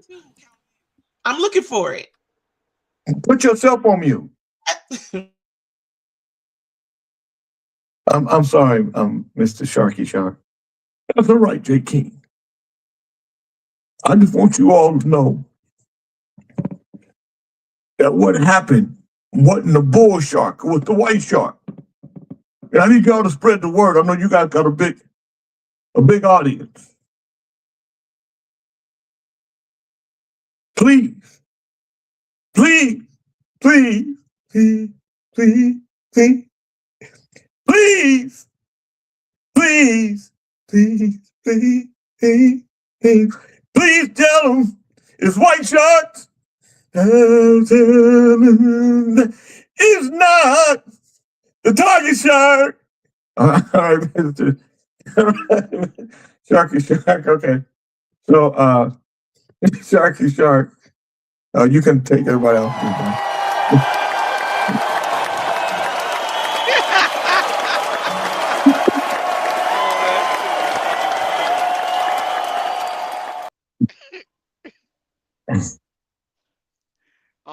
You need to do a cartoon or something, man, because you do that shit really well. That wasn't me. Good morning, Jeff Vernon. That wasn't me. That was Sharky Shark, the Tiger Shark. And I'm surprised that he did. That was Snitchy's dangler making all that noise. You know what? That's what Ali said. Damn, Snitchy. Damn. I'm gonna tell you something. If y'all want to be like white folks and be out there spears fishing and where shark hang out, Snitch, you don't hear that? You don't hear that?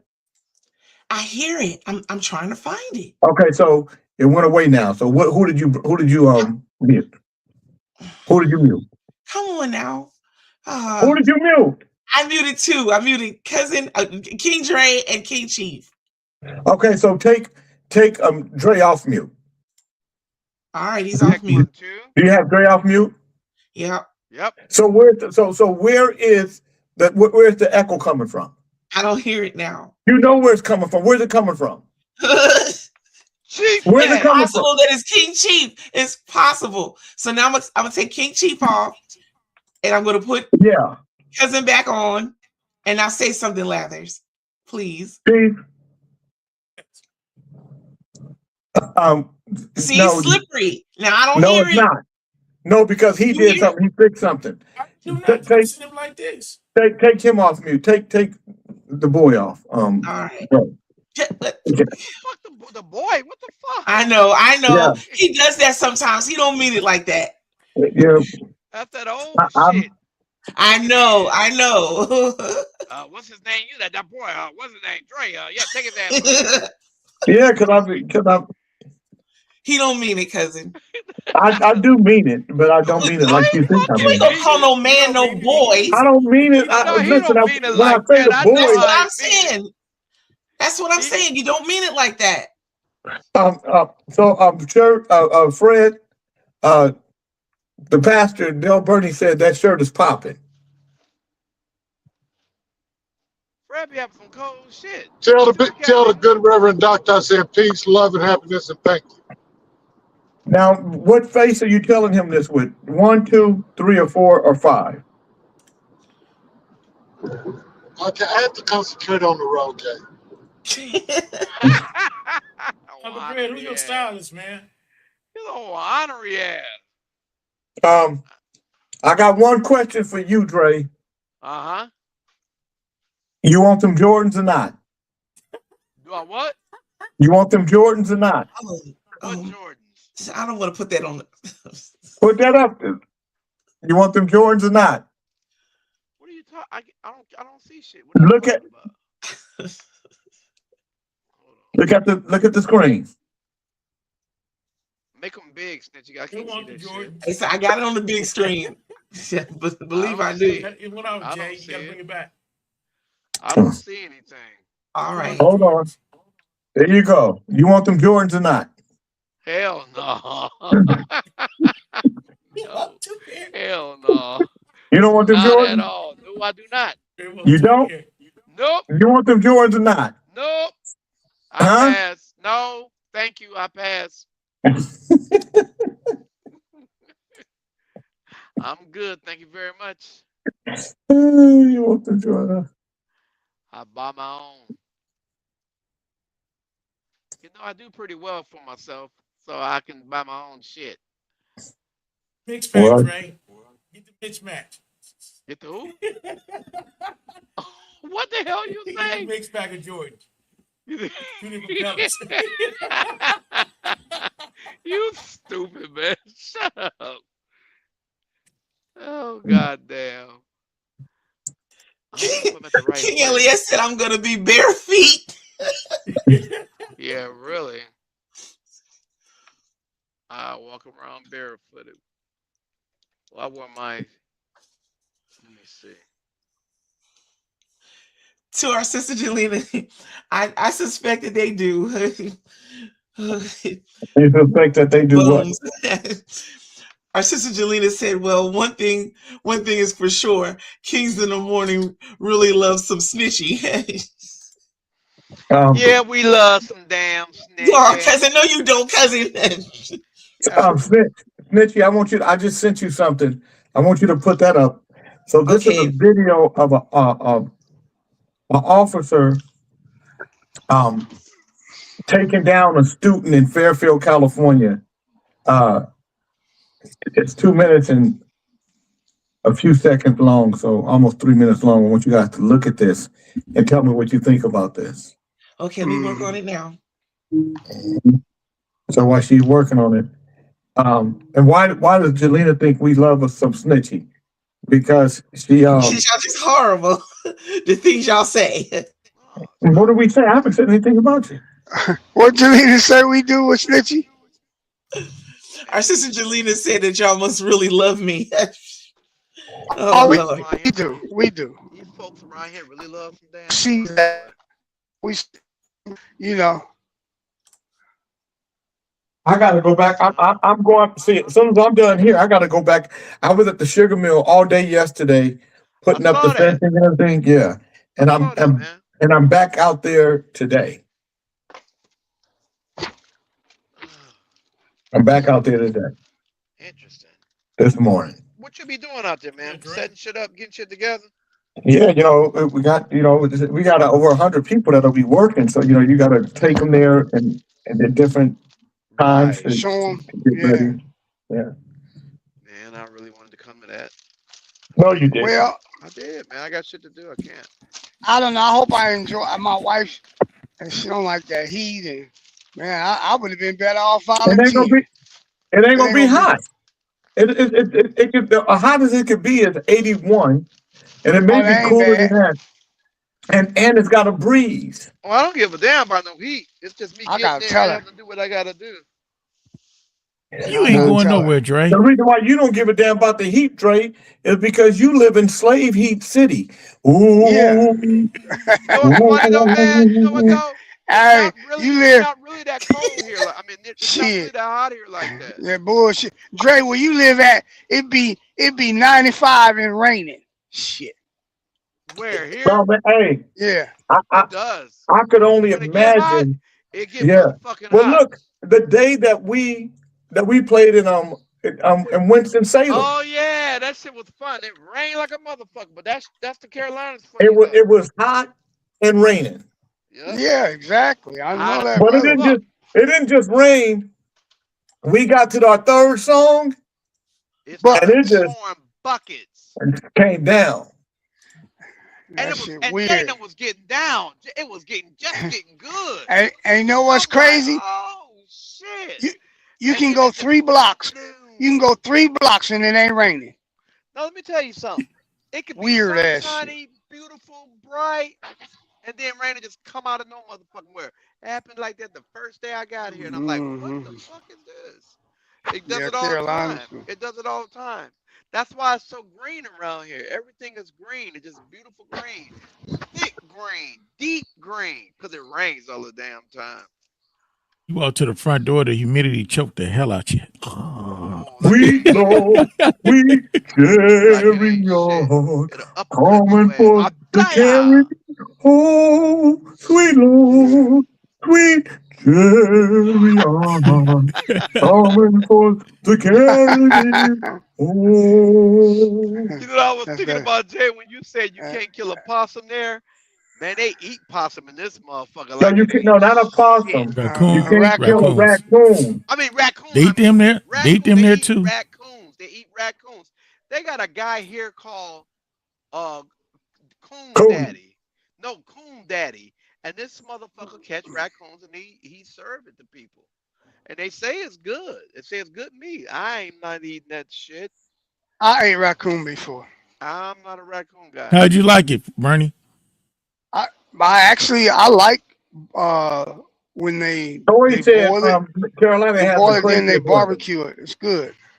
I got 5 over here. When I catch them, I send them to you, Bernie. No, I don't eat them kind. See the kind. No, them city ones, they eat trash and stuff. You can't eat that. The ones that be out in the country, Yeah. And it is, and then you hear people say that raccoons wash their food. They don't wash their food. They wet it because they don't have saliva glands. There you go. Exactly. But You're that's you're a smart guy, man. You're a very smart guy.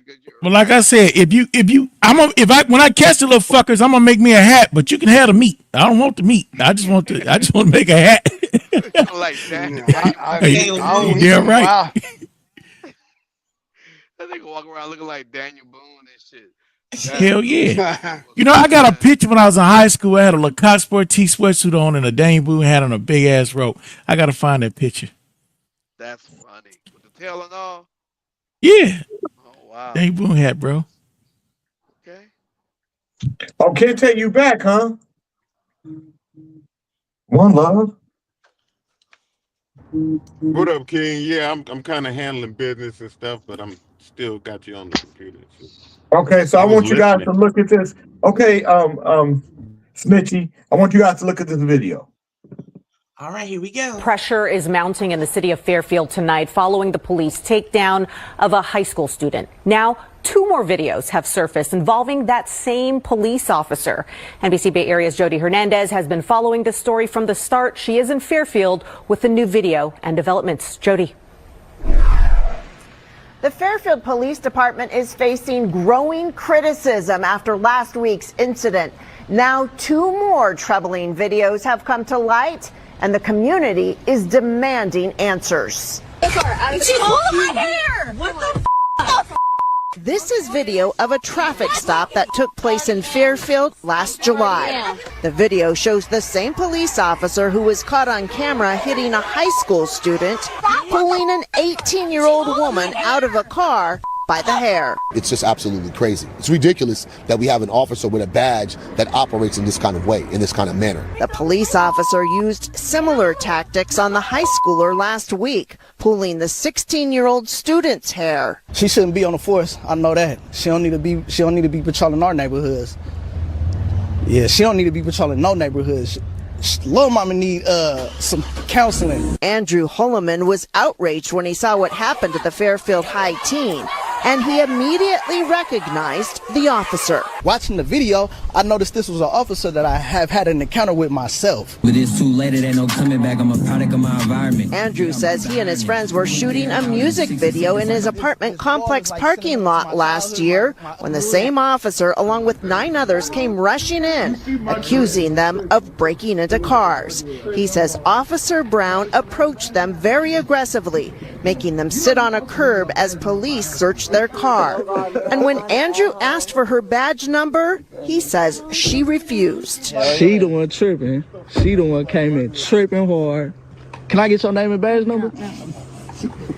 You know you supposed to give me your badge number if I ask for it. She did eventually give him her last name, Brown, but that was it. Police determined they weren't breaking the law and ended up releasing the men. But when Andrew saw what happened at Fairfield High, he knew he had to speak out. And I just felt like, hey, my part, being part of the community, is to show that, hey, this is a pattern for this officer. She's violent. She's reckless. If she walks around with a badge at this point in time, the next person she is encountered, it might be fatal. The Fairfield police chief says the officer has been administratively reassigned and an outside investigation will take place. Meanwhile, another protest is scheduled at City Hall tomorrow. In Fairfield, Jody Hernandez, NBC Bay Area News. Yeah. The fuck is her problem? Huh? The hell is her problem? She mad. And she ain't been getting none. She girlfriend quit her. She waiting on her crab legs. John Beckman promised her crab legs, and then pulled back. And then Dre said that he would get her for her. Nah, not that one. No way. Mm-hmm. I'll let y'all go first because in all fairness, I've had a couple weeks to analyze it. I've watched this story for the last week and a half. So tell me, so you're probably the most versed in it. So tell us about it. Okay, So they had a fight at the school. I don't know if she worked at the school or she just came there for the call. One guy they grabbed and he submitted and they took him off. The other guy swung at her, hit her or whatever and ran. Then the police officer ran and got him and started wrestling him, hitting him, fighting him. Now, she was wrong. The police officer was wrong. But he was wrong too. When she said stop, he should have stopped. You know, no respect for authority. So she needs to be retrained. I don't think she needs to be fired because I watched it. And then after she had him cuffed, she snatched the dread. She was overly aggressive. I don't know. Ain't that a girl? Isn't that a girl that she was beating up on? That's a boy. Oh, that's a boy she hit like that? That's a boy she was wrestling on the ground. Yeah. And then Bernie, she grabbed. I'm sorry, I have to correct you. So the boy that she was beating on at Fairfield High was actually an honor student. He didn't, from other video angles, he did not swing on her, any police officers, or any teachers. He never swung When on he her. when he ran, and she chased him. Why is he running? He had never been in a fight before, had never been in trouble before.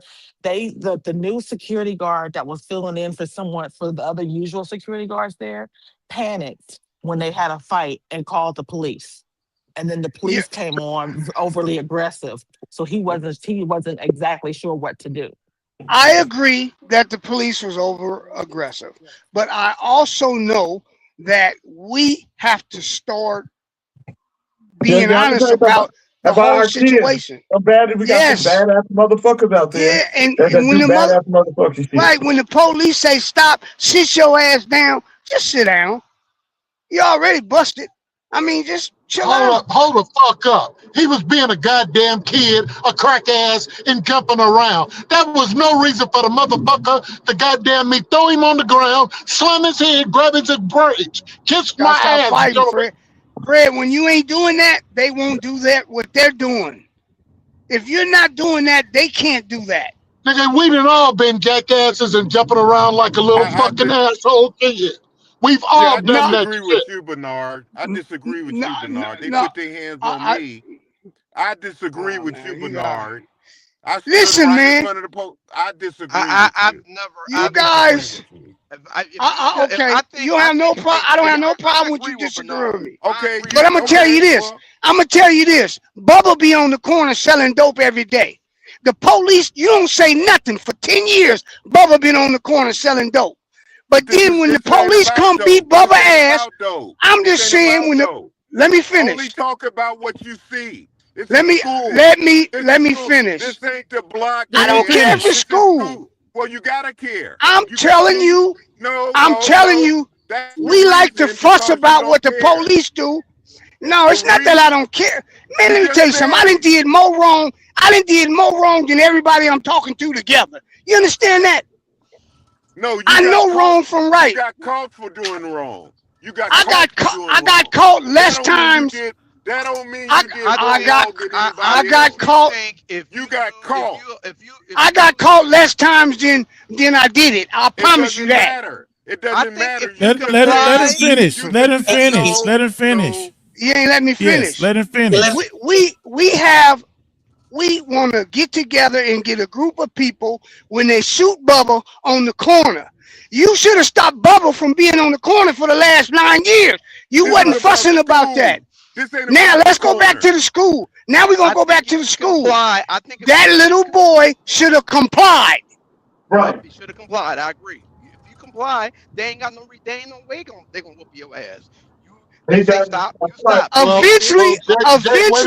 Wait a minute. You always say that kids and adolescents make dumb things. Your mind ain't developed to make serious decisions.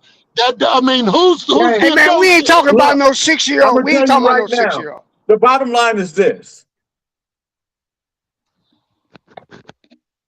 In today's world, we know that if you don't comply, immediately, especially in the space we're in right now, that it could end up horribly bad for not just the young person, but the parents, the family. This ain't new behavior by the police. Look, in Vallejo, the police, Garcia in particular, anytime he saw me, he would jack me up. Anytime he saw me. He put out a gun on me before and put it to my head, told me he could blow my fucking brains out and nothing nobody could do about it. So, but I wasn't no model student. I wasn't no bad kid, but I wasn't no good kid either. I was in this shit, I'm doing crazy shit, fighting people and everything, but it ain't something that a police should do to you. But it's also, to Bernard's point, you also know what the rules of engagement are. Because your mama and daddy done told you for the whole time. So like it or not, when we start talking about Black kids and law enforcement, we have to say, hey, there's no margin for error. Because they will err on the side of caution that could kill you. So while I don't agree with what the police officer did, I also know that you have to be careful when it comes to police. I was terrorized by Officer Garcia in Vallejo. To the degree, if I saw him, I would go in another direction. I wouldn't let him see me because he hated me. Jay, and I hated him. That's why in 2026 it's gonna be an uprising. That's what gave you the inspiration to write that song, because time is up. Ain't nobody gonna sit up here after 400 years of negotiation and say that the cop is gonna err and then say that the child is wrong. It's gonna be He's wrong. No, he's wrong because he didn't listen. When somebody tells you to stand down, you stand down.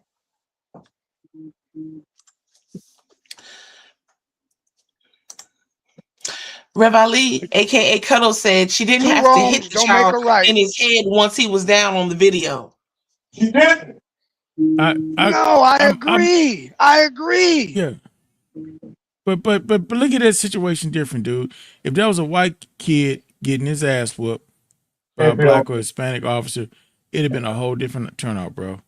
Yeah. And you're not both. This is the difference.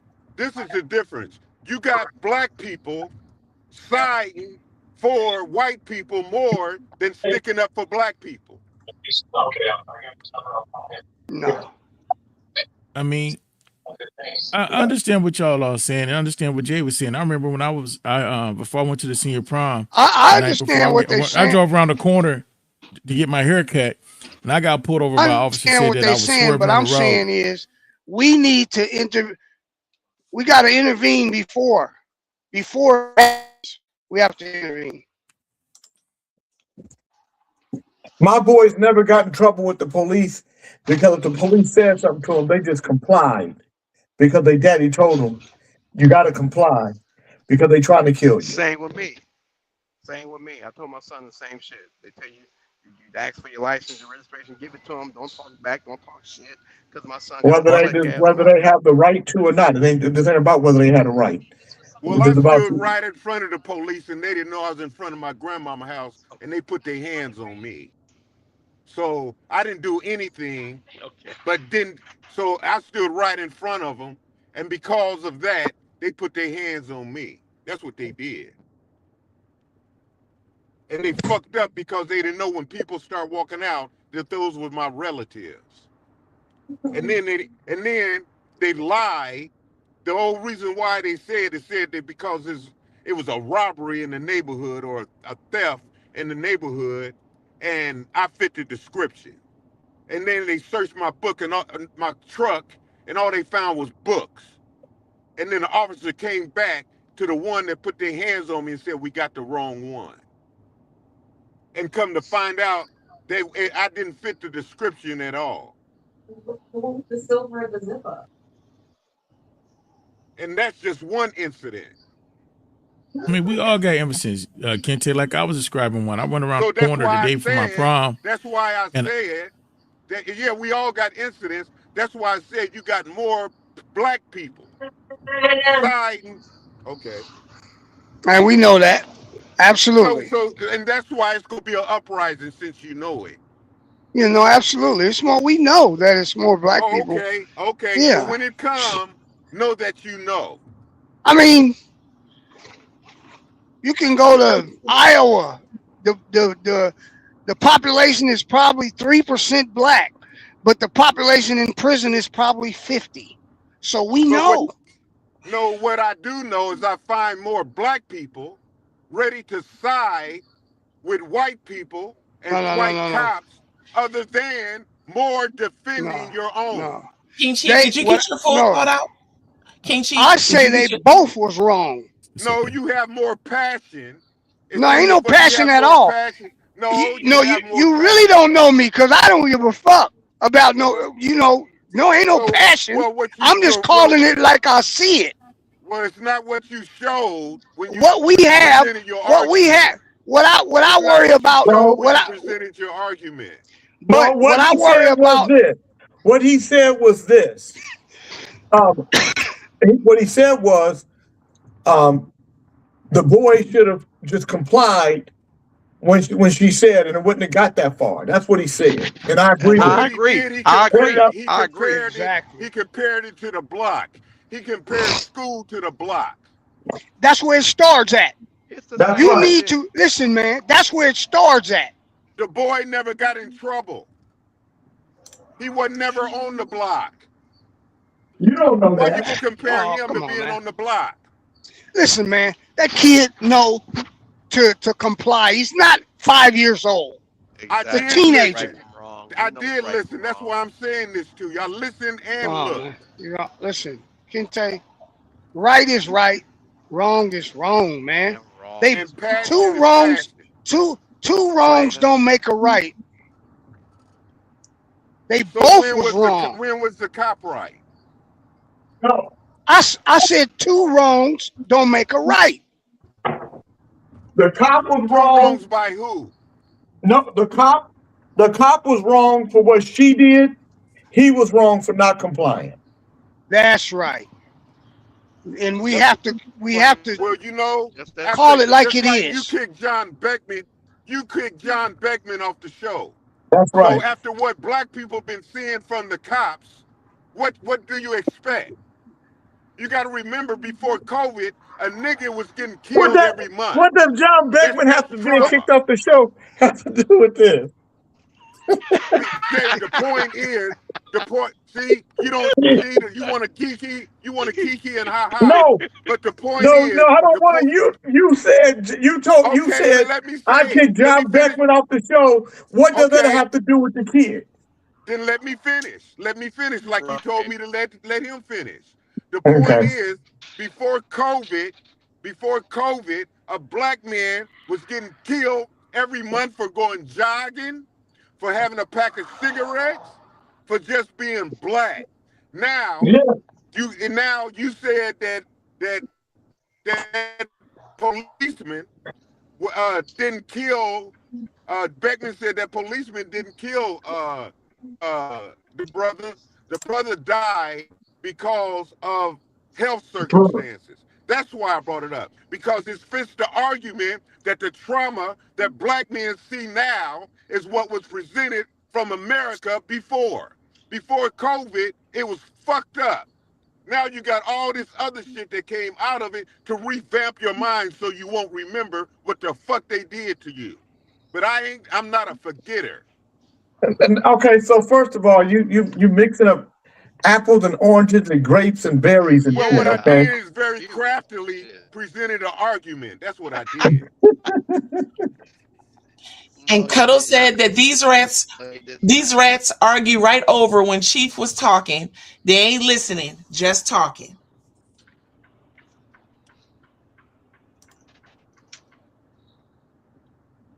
All right.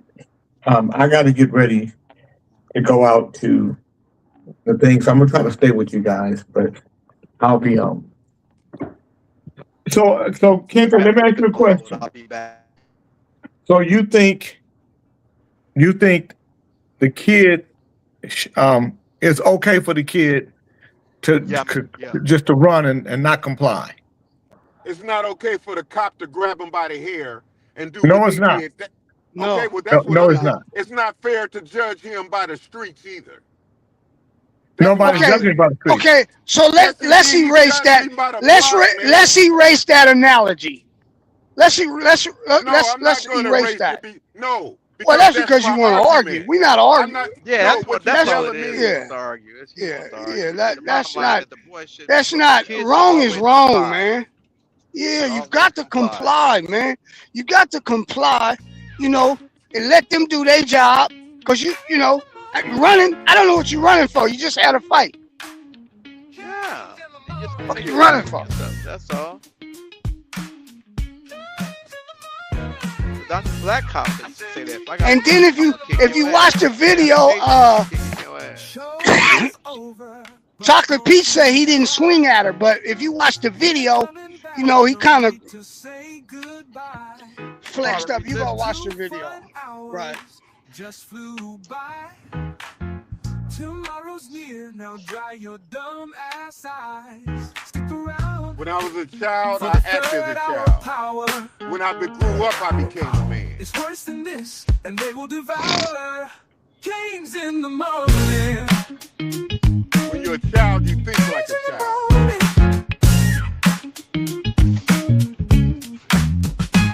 Depends on the child, though. I was a child too. I never got in fucking trouble. Police asked me to stop, sit down. I fucking stopped. I hung out with motherfuckers that did shit, and we get caught, and I be the motherfucker to sit down. And, I used to sell weed. I used to sell weed in school. Yeah, all that. But the thing is, the cop is a professional. He went through training.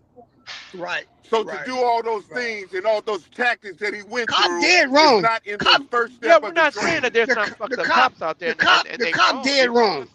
The cop is dead wrong. But okay, well then the stop cop, there. the cop, no further, okay, but no further questions. No further. Oh no, questions. it's not a question. But the cop would have never been able to do that. Well, you're giving a lot of moreovers and furthermore. Because I would have complied. There's been times where I've been with friends. We got stopped by police. And there was always a couple of friends that had a lot of this shit here, doing all this mouth talking and talking shit and talking back. And the police would kick their ass. I didn't get my ass kicked because I knew how to shut the fuck up. You know what I used to tell them?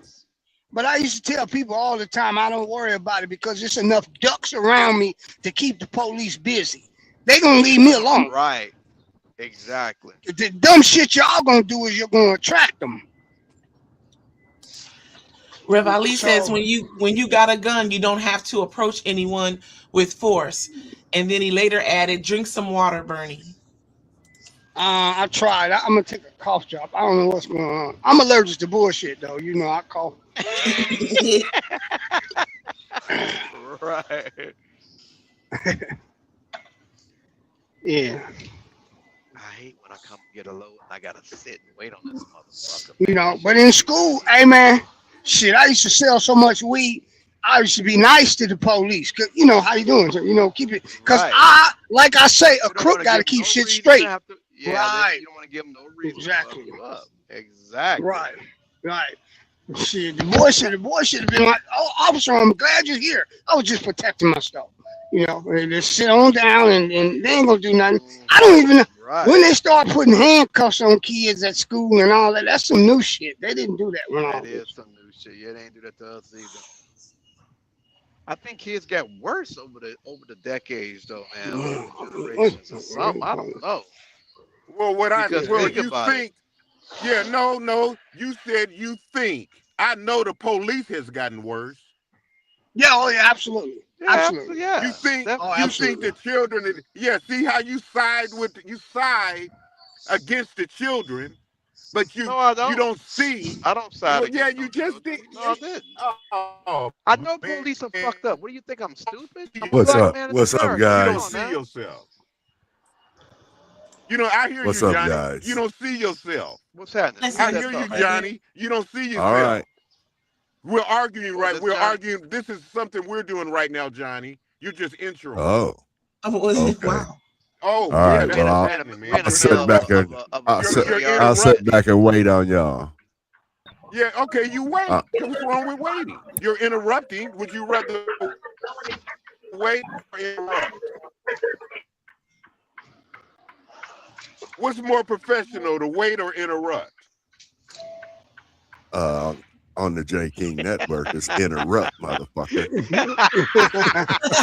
I know that's right. Okay.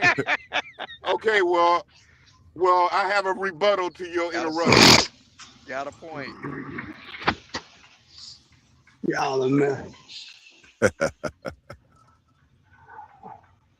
You gotta see, like he said, I see bullshit coming a mile away.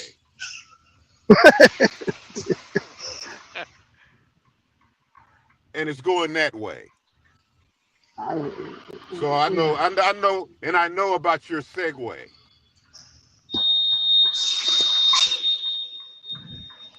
The impetus behind your segue. Yeah, so my point was, when you're a child, you act as a child. And that child was in front of someone that was a professional who didn't act professional, who didn't act like they were trained. And now no, they didn't. They didn't. Well, there it is there. But had the child complied, it would not have gave the police a chance to do that. Those actions wouldn't have been. Yeah, this is about children being worse, or it's policing getting worse.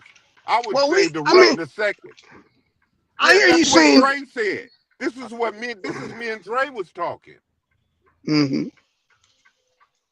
Children, you know. Children need someone to defend them. That's what they need. They say children. It's funny how they say children, and then they go to court and get charged as adults. So all that shit is crazy. The whole system is crazy. Well, I know this: the kingdom of heaven is for the children. That's scripture.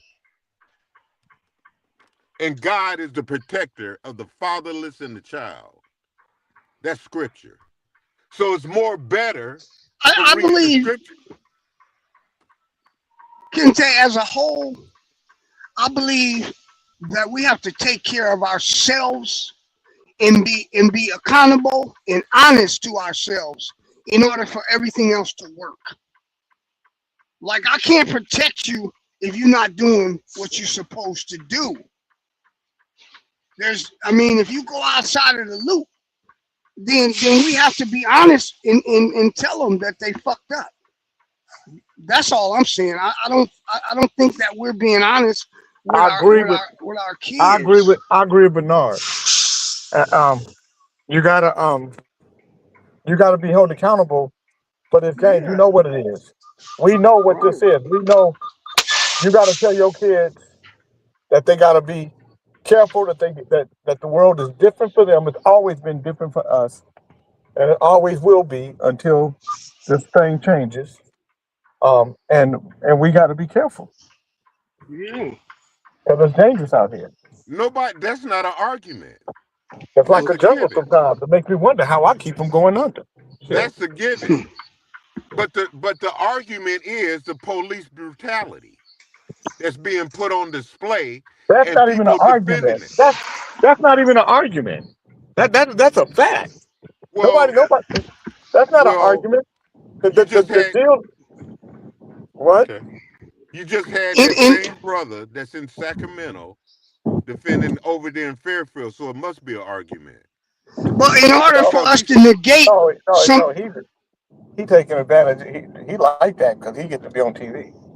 No, well, he's been on TV and won cases here in Sacramento too. Well, he hasn't won any cases. He doesn't win cases. He wins the heart, mind, and soul. You can say whatever you want to an officer as long as you are unarmed and not causing any bodily harm towards them. Period. They got a gun, and so many officers abuse it and their authority. That's what. Man, you know how many white partners I kick it with that talk shit to the cops right in front of them, and said, "Motherfucker, what do you want me to do? Strip?" And he stripped in front of them. And they said, "No, sir, put on your clothes. Put back on your clothes." He said, "Well, get the fuck out of here then." Okay. Because the cops didn't have a right to do what they were doing, and he knew it.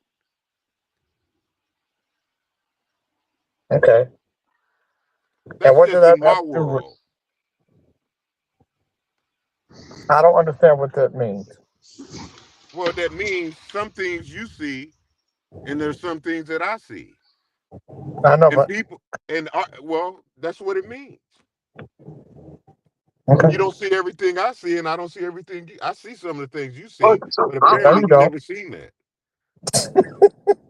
I see many white partners that I'm with talk shit to the fucking cops. Yeah, because of course they always been able to do that.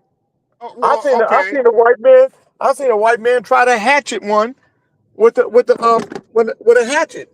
And well, I'm just talking about the story that was read. Somebody had intro or prefaced the whole conversation. What we're talking about now, Jay, is about you can say what you want in front of the police. That's what I'm talking about, that topic.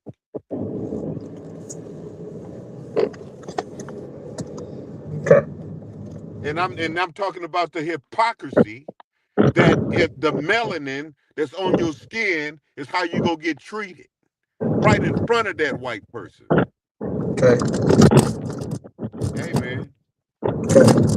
You asked me how did I get so radicalized? Living in America. Living in America. Eye to eye. Station to station.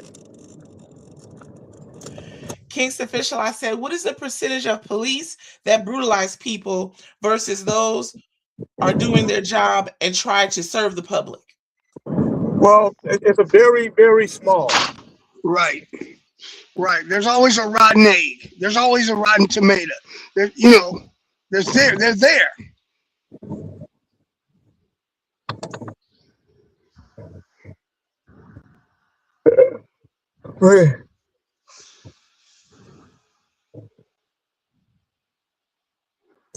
I just want to see how long you guys were gonna let this damn dead air just be. That'll trip me out. Got Fred.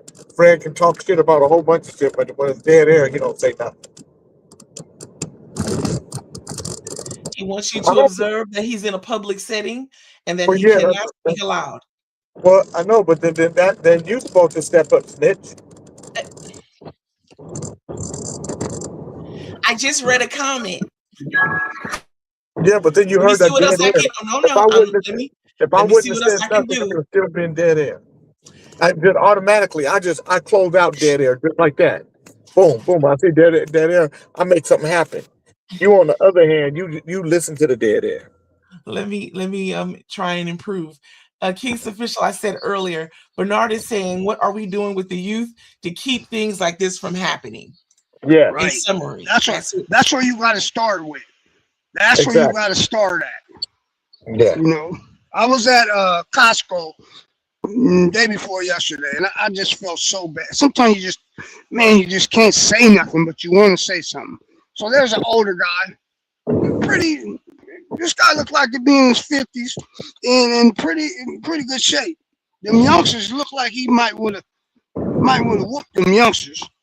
But he had a Mexican wife, a girlfriend, and it was a black girl that she was arguing with. And so they were arguing back and forth, and the men were trying to keep this thing from going, to the left. But the women just kept mouthing. A little thin girl. It looked like the black dudes looked like his little wife might would have won. So I hear him talking, and the Mexican girl says to the black girl, "You're not respecting your race." I don't know what got to that point, what made her say that. She said, you don't respect your race. You're embarrassing your race. You're acting like, and so that's when the black girl got just furious. And she was basically being honest with her. And I mean, the truth just made the girl just get crazy. Whatever that Mexican girl was telling her, I guess they was tripping because she was with the black man. I don't even know what they was arguing about, but I know the police had to come and block it, getting out of there. It's just a shame that we have to get to that point in life. I'm not going to argue. Huh? Did you say the police had to come and he nodded her? No, the police had to come there and get all that, clear it up, get them away from each other because the little security guard at Costco couldn't even stop it. I mean, it's just, it got so out of hand, but the girl was basically telling the black girl is you're here, you're representing your race. You telling me this and you saying this. She was calling the Mexican girl a nigger, and I guess she didn't like that. You know, no, and that's why he said you're disrespecting your race. Right. She said you're disrespecting your race. And you know. And boy, she really got furious when she was telling her. I said, man, this is crazy. This is society.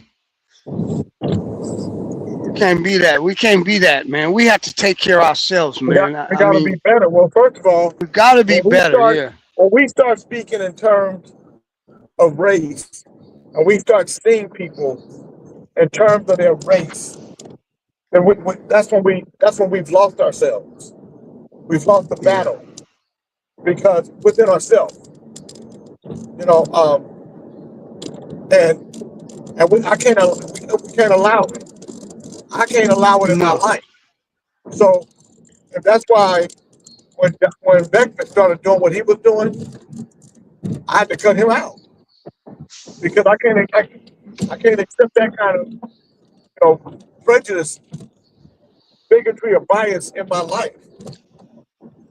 And and so if I was, and I protected Beckman the same way I protected people from him.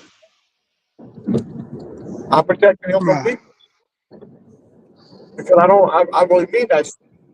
I don't just say it for a radio show. I mean it for real. How my life is.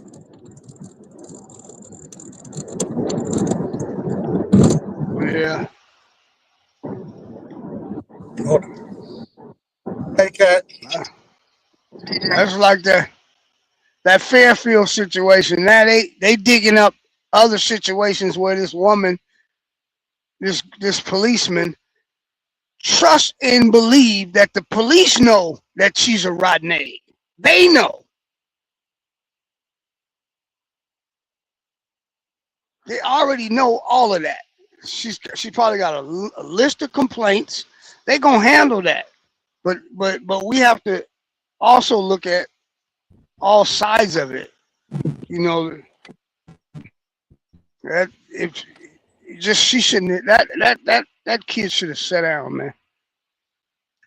Just sat down. It wasn't nothing but a fight. No sense in running.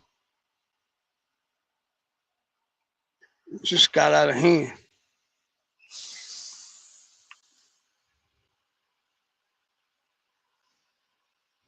The culture.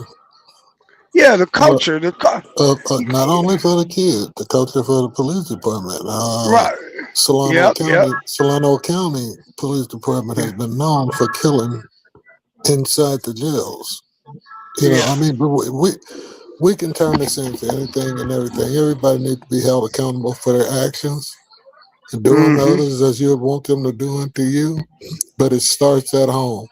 When I was a kid coming up, that's right. That's right. You say yes sir, no sir, to the police officer when they pull you over. I never gotten a whole bunch of citations. It was always yes sir, no sir, because I knew I was wrong. I knew I had a half a gallon of some weed in the car anyway. So that's right. Be nice. Yeah. Play your way out. That's right. Karma. But you ain't got to do that if you ain't got a half a gallon in your car. Even if you don't. Even if you don't, do that. You don't have you still, to do that. you still. No, you don't have to do that. Hey man, you better off being And polite. you're not disrespecting him. No, nobody said disrespect him. What I'm saying is, if the police pull me over, I don't say, what the fuck you pulling me over for? I don't say that. Well, if you start it off, I mean, you know, you can't do that. If you don't say that, why did you just put it on display like that then? Because it's being said by others. I'm on my way. I'll be there. I'm about to pull in.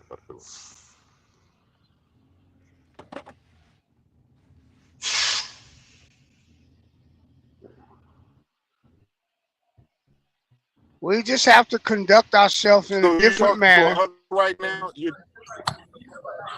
It would be Randy Quinn that pull you over to some of the other cops that you went to school with. Or to some of the cops from the school. No, man. You're not you can't defend wrong. If the police are wrong, they're wrong. But you're not gonna make me wrong with you. Okay, you just said when you see the police, yes sir, no sir. You don't have to do that. Why you don't have to. That? You don't have to. Well, but if that's the way, way you play it, I don't say yes sir, yes, no sir. But if that's a child, maybe they should. It's not about playing. Maybe you don't have to do that. No, you don't have to do that. Well, I didn't have no driver's license, so I was supposed to say yes sir, no sir to him. I mean, it's 2 or 3 o'clock in the morning. I'm out there with drink and liquor in the backseat of the car. I'm supposed to say yes sir, no sir to the police. Common sense. Be in the car. Yeah, you gotta, you know. Now nowadays, we don't have no problem. Yeah. Rev Ali asked a question, 2 questions actually. He says, so what you are saying, it didn't start at home for the officer? Where does it start with them? Well, that's what I was saying last week. That's what I was saying last week. Okay, well, look at her nationality, and then you have to look at, they don't put their elderly people in the convalescence home, but she's supposed to look at your race as that, but she feels like your race ain't shit. Now that's the bottom line. The black man. Well, what race should you be? I don't know where it started. I don't know where it started with the police, but it should have been caught in them psychology tests and all of that shit. So we know that these people are not perfect. They're people. We know that. But in order to negate some of that bullshit, your conduct matters.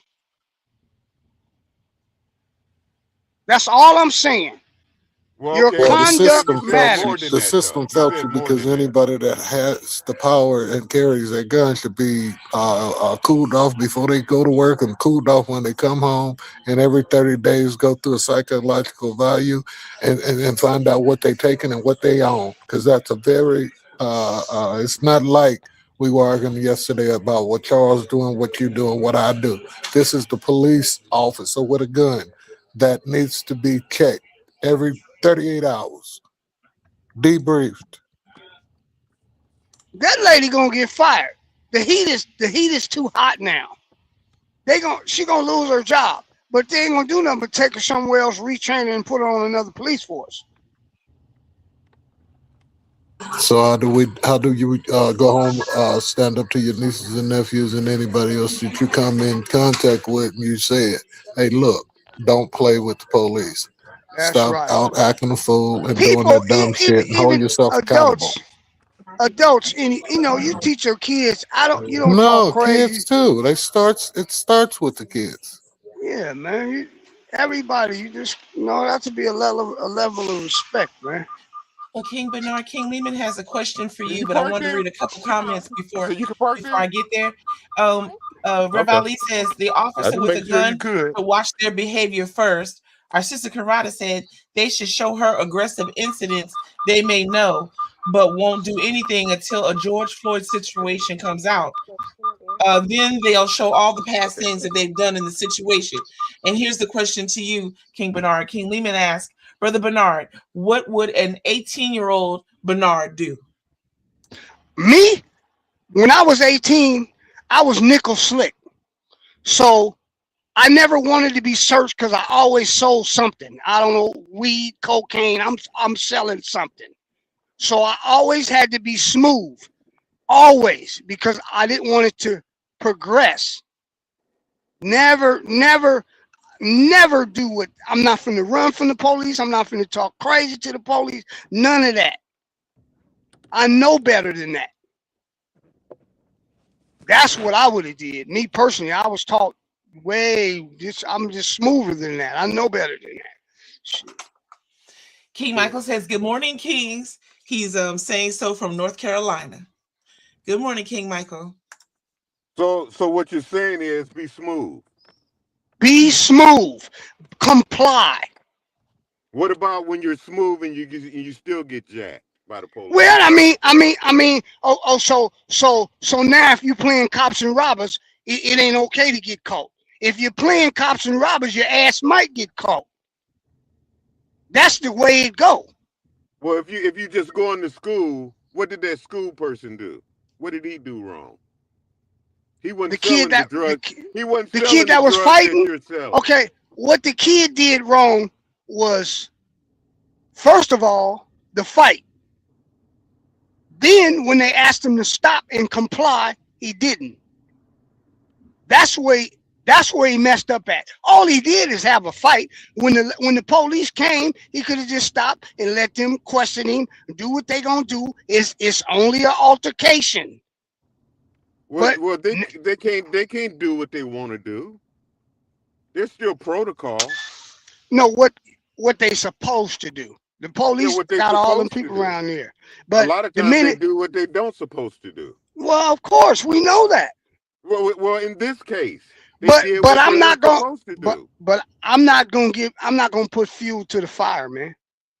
Well, what you did is you added to the defense of the police.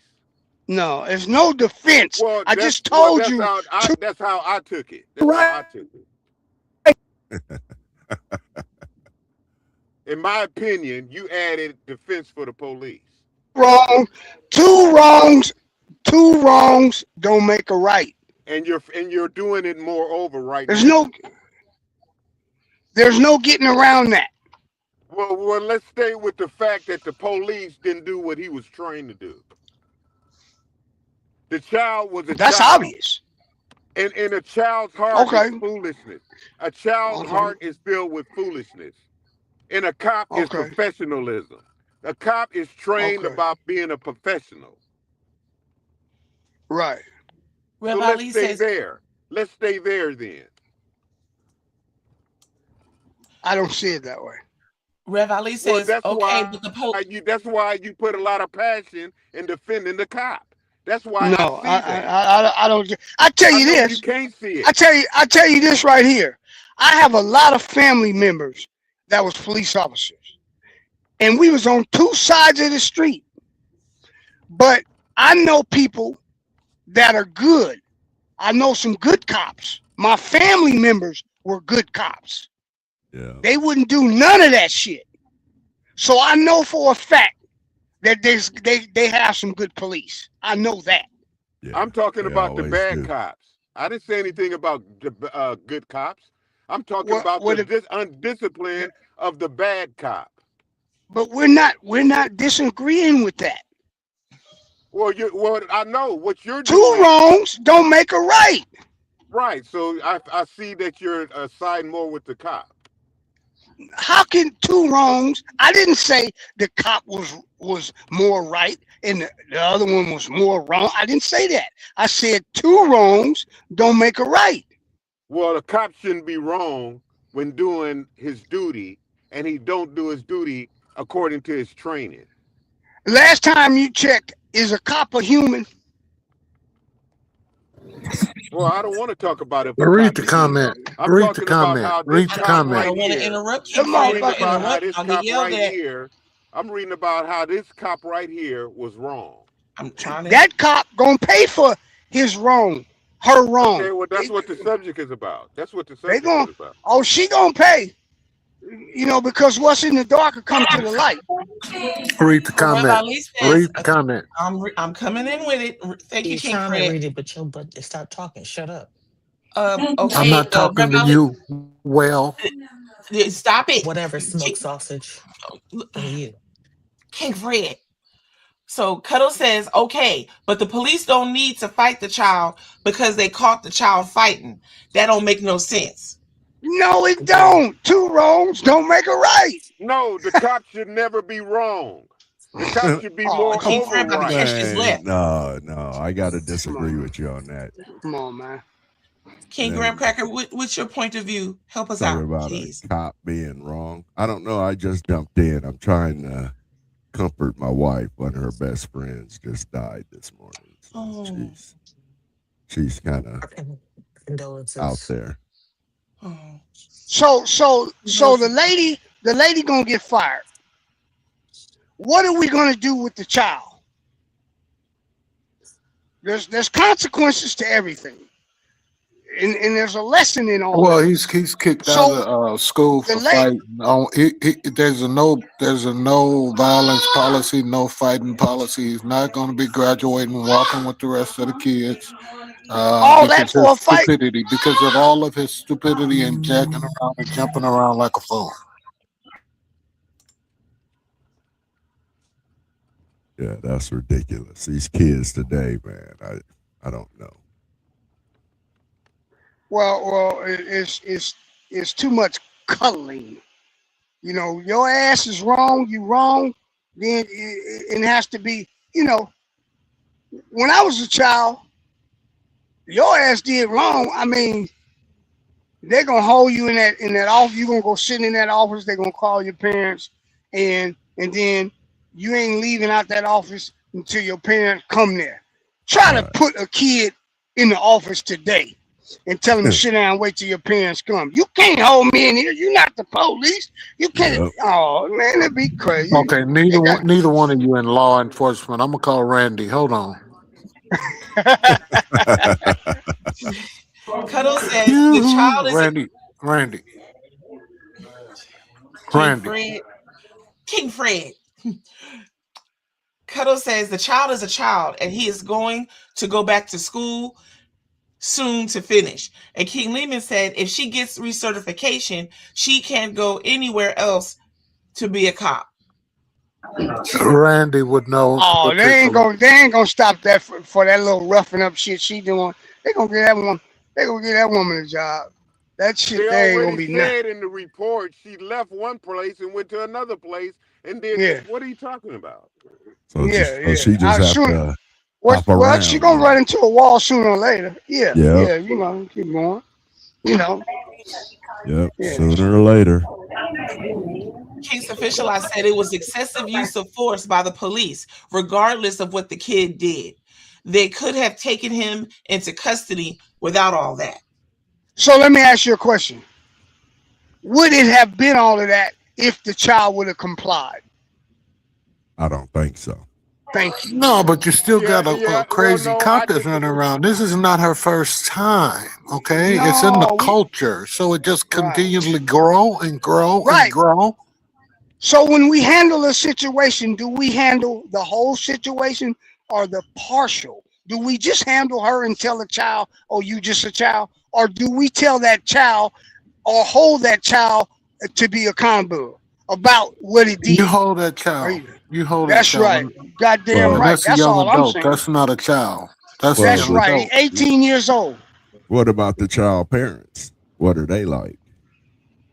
Well, we won't know until they get there. You know, if she's gonna come up there ratcheting, that ratchet shit, or they come. Yeah. You know, all you guys is throwing in hypotheticals instead of talking about what you saw. You giving ways out. I saw a child. I saw a student who did not comply, which made the stupid ass cop do the stupid ass shit that they did. Had he complied, the stupid cop couldn't have did that dumb shit. King Michael is asking Uncle Fred, please don't call the police. They make it worse. Well, not necessarily. You getting ready to call the police, Fred? We have to go back to the Wild Wild West, and then everybody gets beat down and carry guns in the street. What's up? I mean, don't make stupidness out of it. But who are you calling? Everybody has to be accountable and trained. The culture. Rev Ali said that was the first time that officer beat up a child like that at that school, though. Then No, it is not. No, it is not. No, it is not. No, it is not at that particular school, though. She has done some other things that'll come out. They gonna interview. They gonna interview them kids. Gonna tell the truth.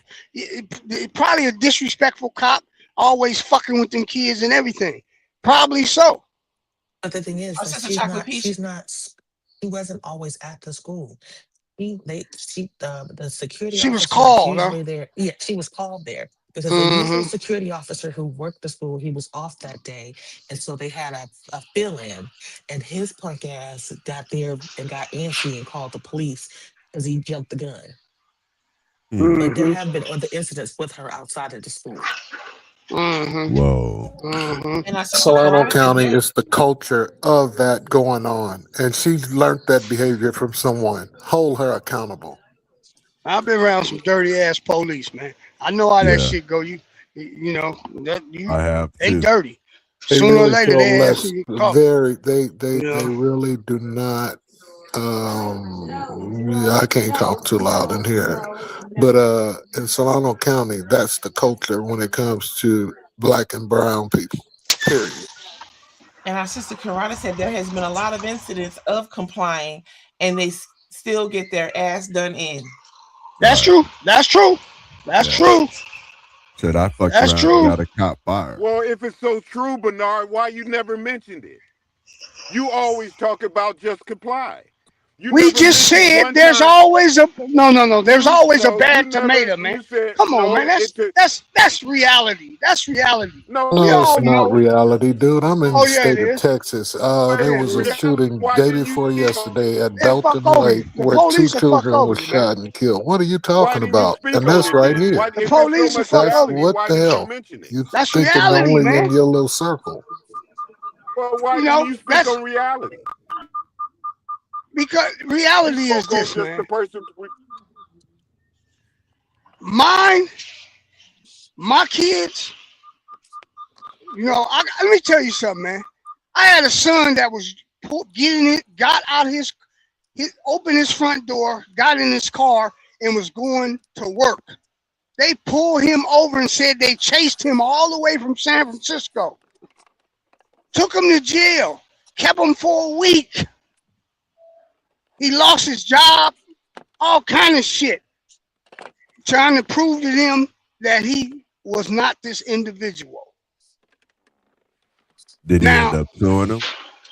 Nah, he hard-headed. You know how them youngsters is. We telling him to sue. They don't. I can't sue. He was so happy to get out of jail, because it's my son. He don't get in trouble. The one that he don't do no trouble. He don't do no wrong. Sued their ass. Yeah, he should have sued their ass. Matter of fact, John Burris wanted to take the case.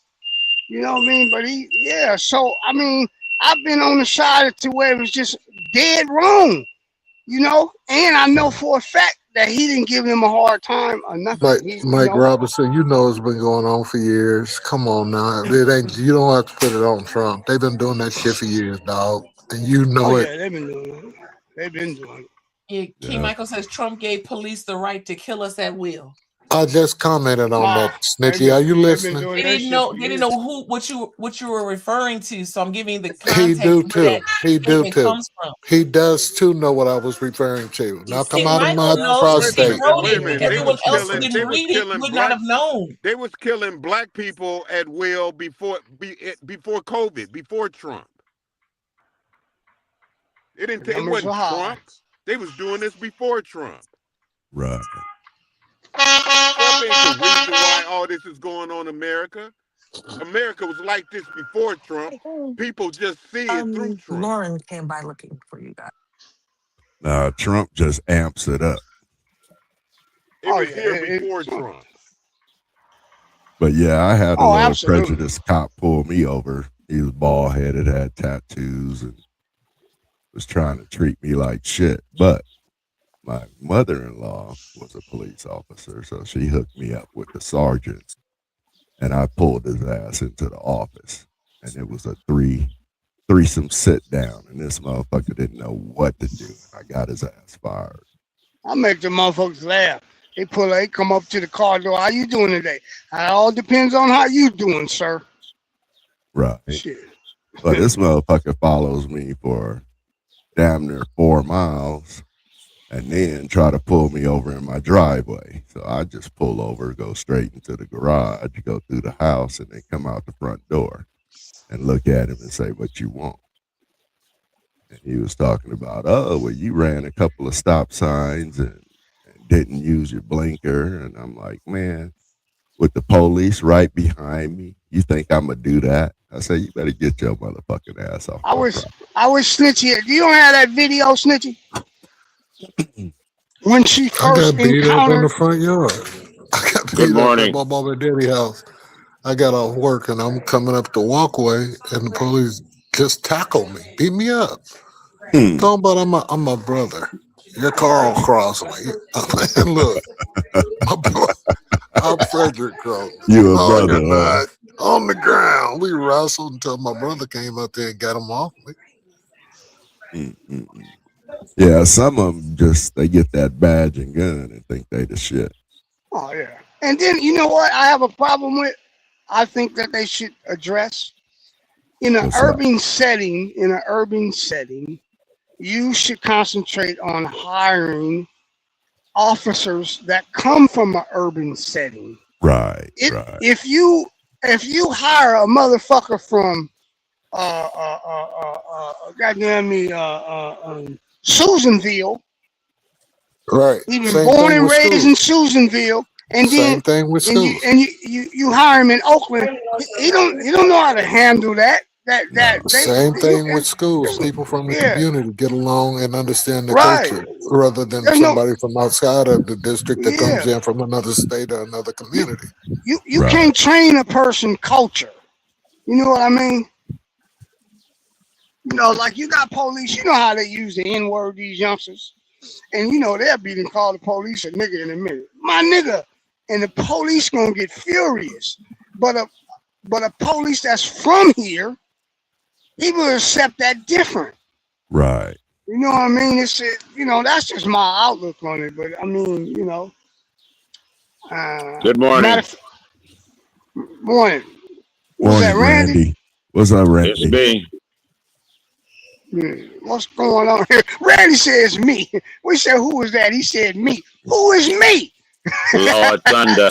Lord Thunder. Yeah. What's going on this morning? Don't forget, You know what's going on. Get them straight on the culture and the youth and the police. You're out there. You're a police officer. Go for it. Good I morning. used to be. These police officers, it's a different breed of law officers out there now. Mm-hmm. It's a totally different breed. Yes, indeed. Now, that officer, she has a history, she has a past, Right. and all this stuff is coming to the is coming to the light now. Yeah. Okay. Eventually, it does catch up. Okay. with you. So you covered that. What about the student? What do you think the student should have did different? The student should have complied. Mm-hmm. Yeah, but what she did is she escalated, went up there and grabbed him and slammed him to the ground. Right. She slammed him to the ground. Footage. I'm gonna pull it up while y'all discuss it. She slammed him to the ground. That was unnecessary right there. All she had to do was just grab him, get him under control, and put the cuffs on him. Mm-hmm. Now, when she went and grabbed him and threw him into the ground, of course he's going to the ground protecting himself with his hands. Then she starts the welling on him. Even if he was resistant, it didn't take that effort. What they call whatever they call that hit. No. Amount of force. Well, I forgot the name they call it when you get them to release. A defensive, whatever they call it. I forgot the word they call it. No. That's I mean, I don't mind females doing male's job, but she didn't have enough strength to deal with that youngster. Yeah, but also I'm gonna tell you this: the law works in mindset. As she was cussing him and saying "fuck her" and all of that shit to that kid, they will hold that against her because that's a mindset. Like she went, that you can't do that. That's all unprofessional. The woman is in trouble just for that, and a lot of people overlook that. I know because I've been through a bunch of trials. I mean, so that. But you see that other one she got, that 18-year-old girl, didn't give her a chance to get her ID or nothing out of it. To give it to her, she just immediately went in there and grabbed her and pulled her by her hair out of the car. You didn't give her a chance. She is a big bully buffalo. You see, she's doing all this. She's doing all this action with kids. Right. With kids. Now that brother was talking about, he had a altercation. I mean, they was out there making a video. Can't you tell? Is there any cars broken into? All of them together because there's a bunch of black people together. You assume they're breaking in the cars when they got video equipment out there and what they're doing. You ought to assume. Yeah, they get scared when they see a bunch of black definitely people a rotten together. tomato. She's definitely a rotten tomato, and they're gonna take care of her. If I tell you what, if they, well, I don't know, stuff. I've been out of it for so long. But if they conclude that it was unnecessary force to get her out of there, she will not get another job in law enforcement again. They got that policy now. They will follow you for any department you go to. If you they changed it, huh? Yes. If you get fired from a department for something like that or some kind of internet, that will follow you. You cannot do that. That will follow you. They made a law of that. You cannot. You get fired from this department. Okay, fine. Bounce, go some other department. No, you can't do that anymore. They stopped that.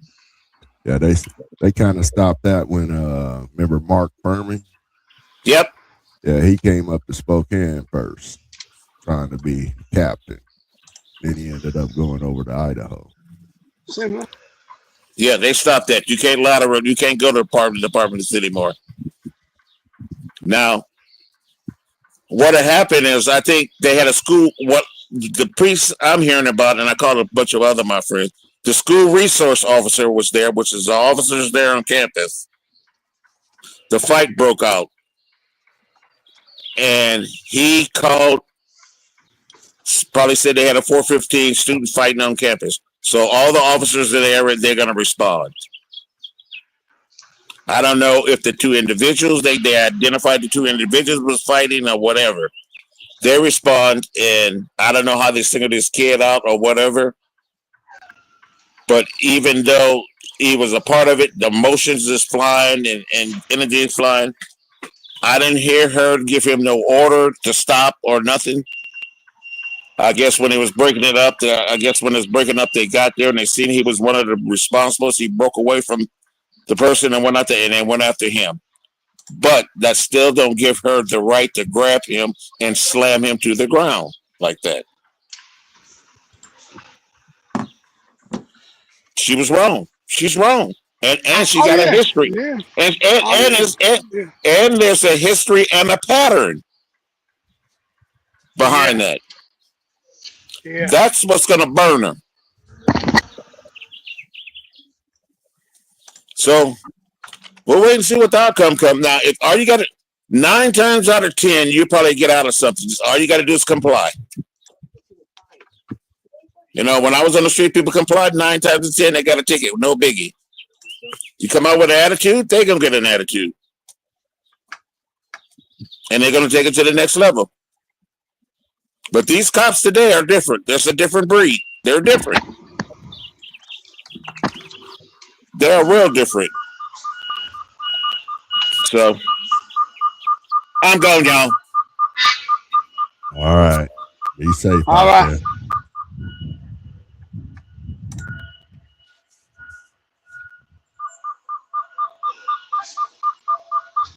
I'm King sorry, Cal y'all. said, he said the police are scared of some black, and so am I. 3090.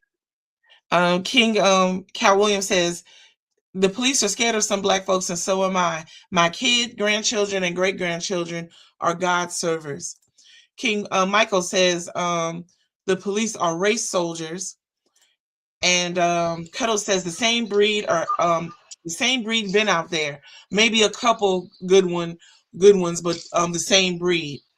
Yeah, And King yeah. But calls it but certification y'all for can't put officers. all of them in the same bucket though. No, you can't do that. It's dangerous to do that. It's wrong to do it. King Michael also says, growing up in East Baltimore, police come in, guns drawn. And I think I found a video that shows the fight before it escalated, but I'm trying to get it over here, and it might be copywritten. So I'm just double checking before I do, because I don't want to get us kicked off.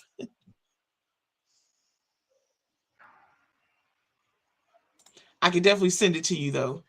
It shows it before the officer approached the student.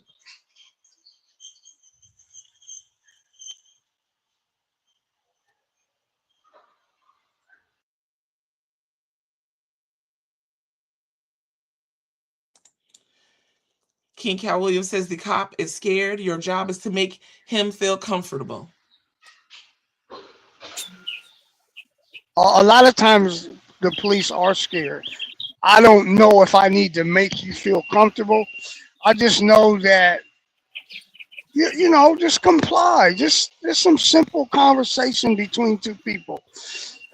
You know, the police show up, okay, the fight over with. Hey man, I just had a fight. I'm protecting myself. Matter of fact, you know, I don't even want to say nothing till my parents get here. That's what the fuck I tell them. Right. I ain't got nothing to say till my parents get here. But I noticed some of these cops out there, you can't comply with them because they just headstrong. Yeah, they headstrong. They crazy. They, you know, it's the same way. Like I'm in the trucking business, man. You're getting pulled over all the time, man. You got to go through the scale, and you just keep your fingers crossed that you're not dealing with, you know, an idiot. And it's a bunch of them that's idiots. Man, be straight racist, man. I feel, you know what? A lot of Indians started driving like 10, 20 years ago, or whatever, and Pakistanians, and they really give them a hard time, man. I feel bad for some of them. That's wow. You know, they took the place of blacks, you know. Not really, but Well, I mean the highway patrol, cold piece of work, man. yeah. They a cold piece of work, man. You know, man, it's like this port. You know, anytime people is in a position of authority, I got kicked out of here twice already. I'm trying to be cool. I don't get kicked out 3 times. Shit, I'm trying to be.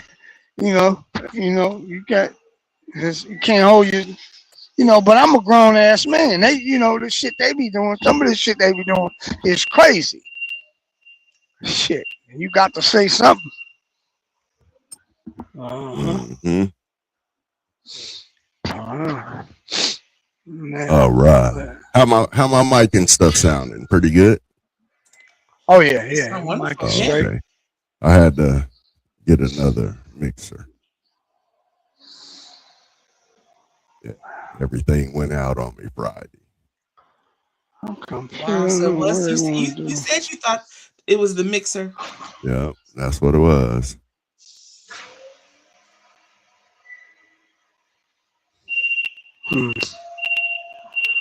The mixer. Yeah, it's a mixer for my mic. Well, the whole everything. Right. Here, Okay, King Bernard. I think I'm. Oh, okay. Can y'all see what it looks like now? Can you see it, King Bernard? That's what the mixer looks like. Oh.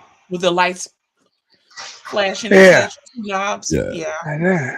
Yeah, so Yeah. that runs everything from my computer. Man, that shit. I'll be lost at on and off button. I don't fuck with all that shit. Well, King Bernard, I think I found your video. You wanna see if this comes closer to what you were looking for? Yeah. Let me see. All right, here we go. Punches flying at a North Bay high school as officers respond to a student fight. Police are sharing new body camera video of the incident going viral, prompting concern from community leaders. As ABC 7 Eyewitness News reporter Tara Campbell explains, students held a walkout and protest over the incident.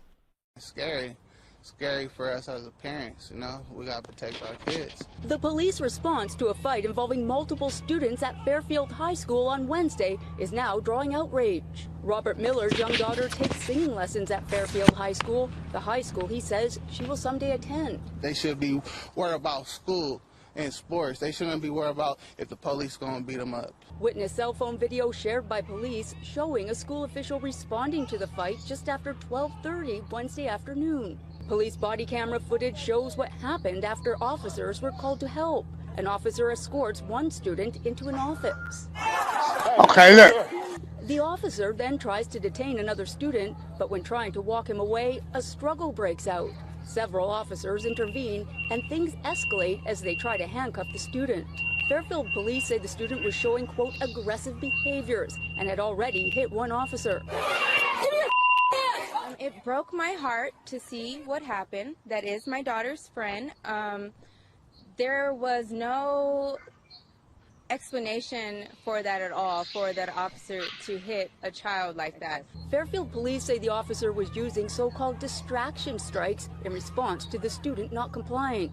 Now, this incident that played out here at Fairfield High School not only causing concern among parents here, but also causing a backlash among the greater community. The NAACP's Tri-City branch says they have reached out to the police department. The Solano County Black Chamber of Commerce releasing a statement saying, quote, as mothers, fathers, leaders, and community members, many of us felt an overwhelming sense of pain and heartbreak while watching.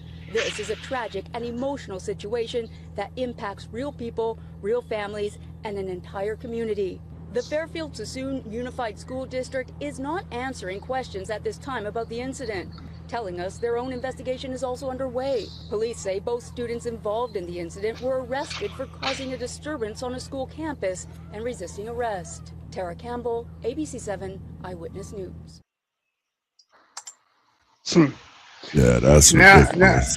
Yeah, but but all you hear is the police.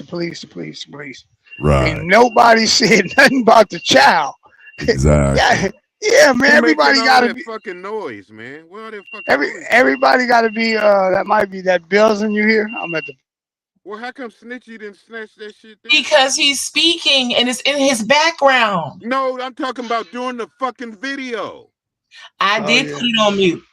Leave it. So we're beyond that now. That was all through the video. You were also making noise. You were also making noise. Yeah, and you put me on mute. So And why I did you put that put him on mute. I did. No, you didn't Don't put tell me it- what I didn't do. Well, I heard distortion. Because the when whole you time. take yourself off mute, it is Hey, what did it you- is. Moving on. No, Hey, did you hear during what the the- video? During the Did you- video, the noise. I was know, going on. Plankton. I know that. Well, you just said. Yeah, I'm gonna have to use that. It's called what? Distraction hits.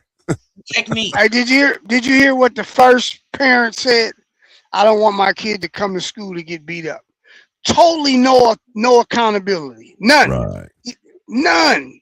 That's you don't teach your child that. No. You don't tell your child that. The other kid complied and went in the office, and you don't even hear nothing about him no more, do you? You see? Yeah, it's ridiculous.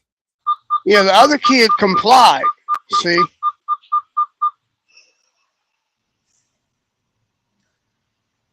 So what's your point? My point is accountability. That's all I'm saying. And my point is the abuse of the police. He wasn't. We know that. He wasn't. Well, wait a minute, man. That's not an argument. Wait a minute. Yes, it is an argument because that's what you're arguing about. No, I'm not arguing about the police Well, if being. you're not arguing about it, then don't say nothing. You said you made it your statement. Your statement was the other child complied. Okay, that's that. Now, my complaint is the other one didn't comply, but the officer didn't use professionalism from the child that didn't comply. They used distraction strikes. Well, what they did was what you just said was totally true. What you just said was totally true. What they used was not the teachings that he got from his training. Right. Right. Exactly. Right. That's agreeable.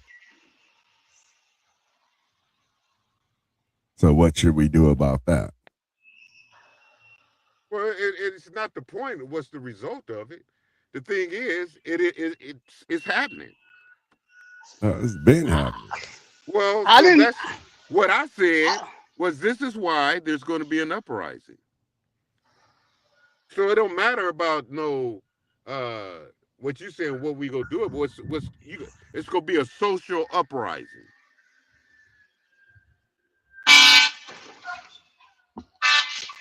It's a virus.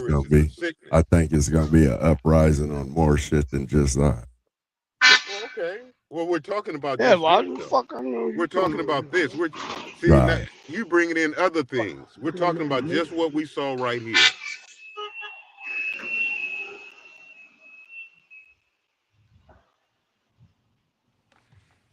Now, before I found out that all that previous shit, they need to fire that lady. That's what I'm talking about, accountability. She got to go. Then you talk, and then the child, he got to learn a better way. Mm-hmm.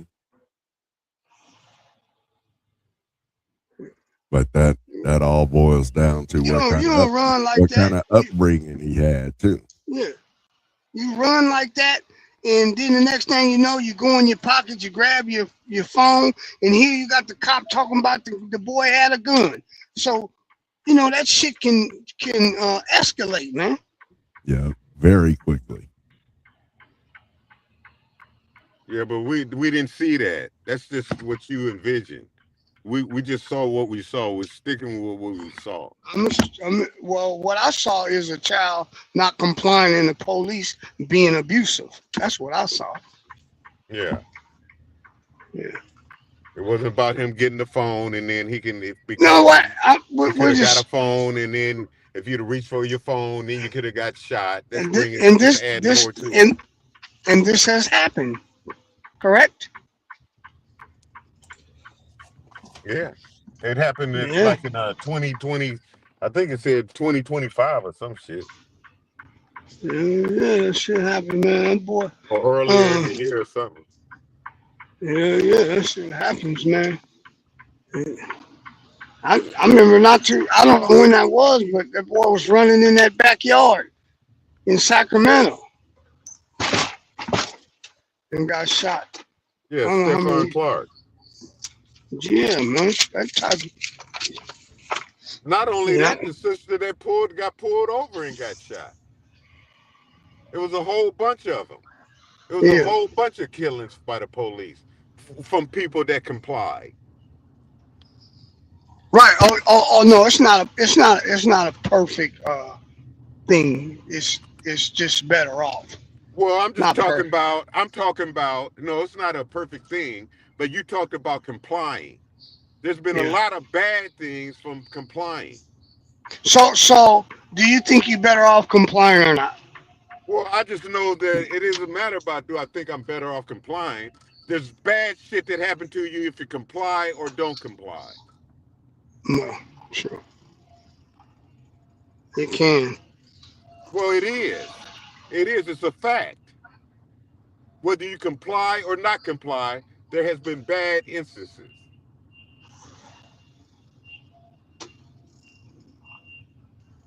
Yep. You had the sister that was sleeping in her bed, got shot up, and they busted in her house. Oh yeah, I remember that. What was her name? What about the one that was in her kitchen? Shit. That was a couple of years ago. He went to jail already. That police, he in jail for murder. So it's about whether you comply or not comply. You can get killed or jumped on or jacked, whether you do one or the other.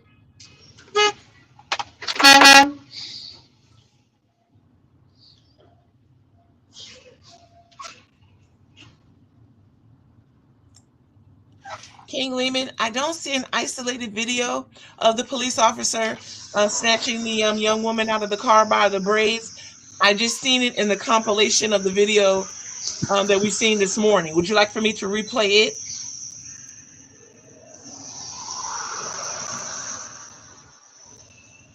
what happened?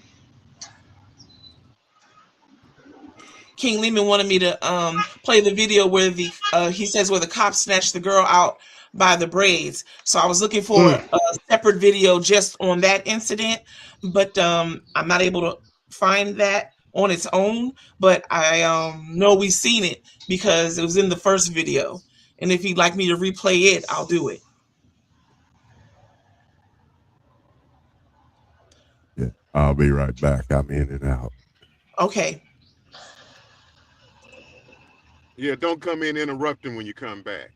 Wow. Okay, I'm just gonna go ahead and play it here because that incident is included in the reel. Here we go. Pressure is mounting in the city of Fairfield tonight following the police takedown of a high school student. Now, 2 more videos have surfaced involving that same police officer. NBC Bay Area's Jody Hernandez has been following this story from the start. She is in Fairfield with the new video and developments. Jody. The Fairfield Police Department is facing growing criticism after last week's incident. Now 2 more troubling videos have come to light, and the community is demanding answers. She's holding my hair! What the f***? This is video of a traffic stop that took place in Fairfield last July. The video shows the same police officer who was caught on camera hitting a high school student, pulling an 18-year-old woman out of a car by the hair. It's just absolutely crazy. It's ridiculous that we have an officer with a badge that operates in this kind of way, in this kind of manner. The police officer used similar tactics on the high schooler last week, pulling the 16-year-old student's hair. She shouldn't be on the force. I know that. She don't need to be patrolling our neighborhoods. Yeah, she don't need to be patrolling no neighborhoods. Little mama need some counseling. Andrew Holloman was outraged when he saw what happened at the Fairfield High teen, and he immediately recognized the officer. Watching the video, I noticed this was an officer that I have had an encounter with myself. But it's too late, it ain't no coming back. I'm a product of my environment. Andrew says he and his friends were shooting a music video in his apartment complex parking lot last year when the same officer, along with 9 others, came rushing in, accusing them of breaking into cars. He says Officer Brown approached them very aggressively, making them sit on a curb as police searched their car. And when Andrew asked for her badge number, he says she refused. She the one tripping. She the one came in tripping hard. Can I get your name and badge number? You know you supposed to give me your badge number if I ask for it. She did eventually give him her last name, Brown, but that was it. Police determined they weren't breaking the law and ended up releasing the men. But when Andrew saw what happened at Fairfield High, he knew he had to speak out. And I just felt like, hey, my part, being part of the community, is to show that, hey, this is a pattern for this officer. She's violent. She's reckless. If she walks around with a badge at this point in time, the next person she's encountered, it might be fatal. The Fairfield police chief says the officer has been administratively reassigned and an outside investigation will take place. Meanwhile, another protest is scheduled at City Hall tomorrow. In Fairfield, Jody Hernandez, NBC Bay Area News.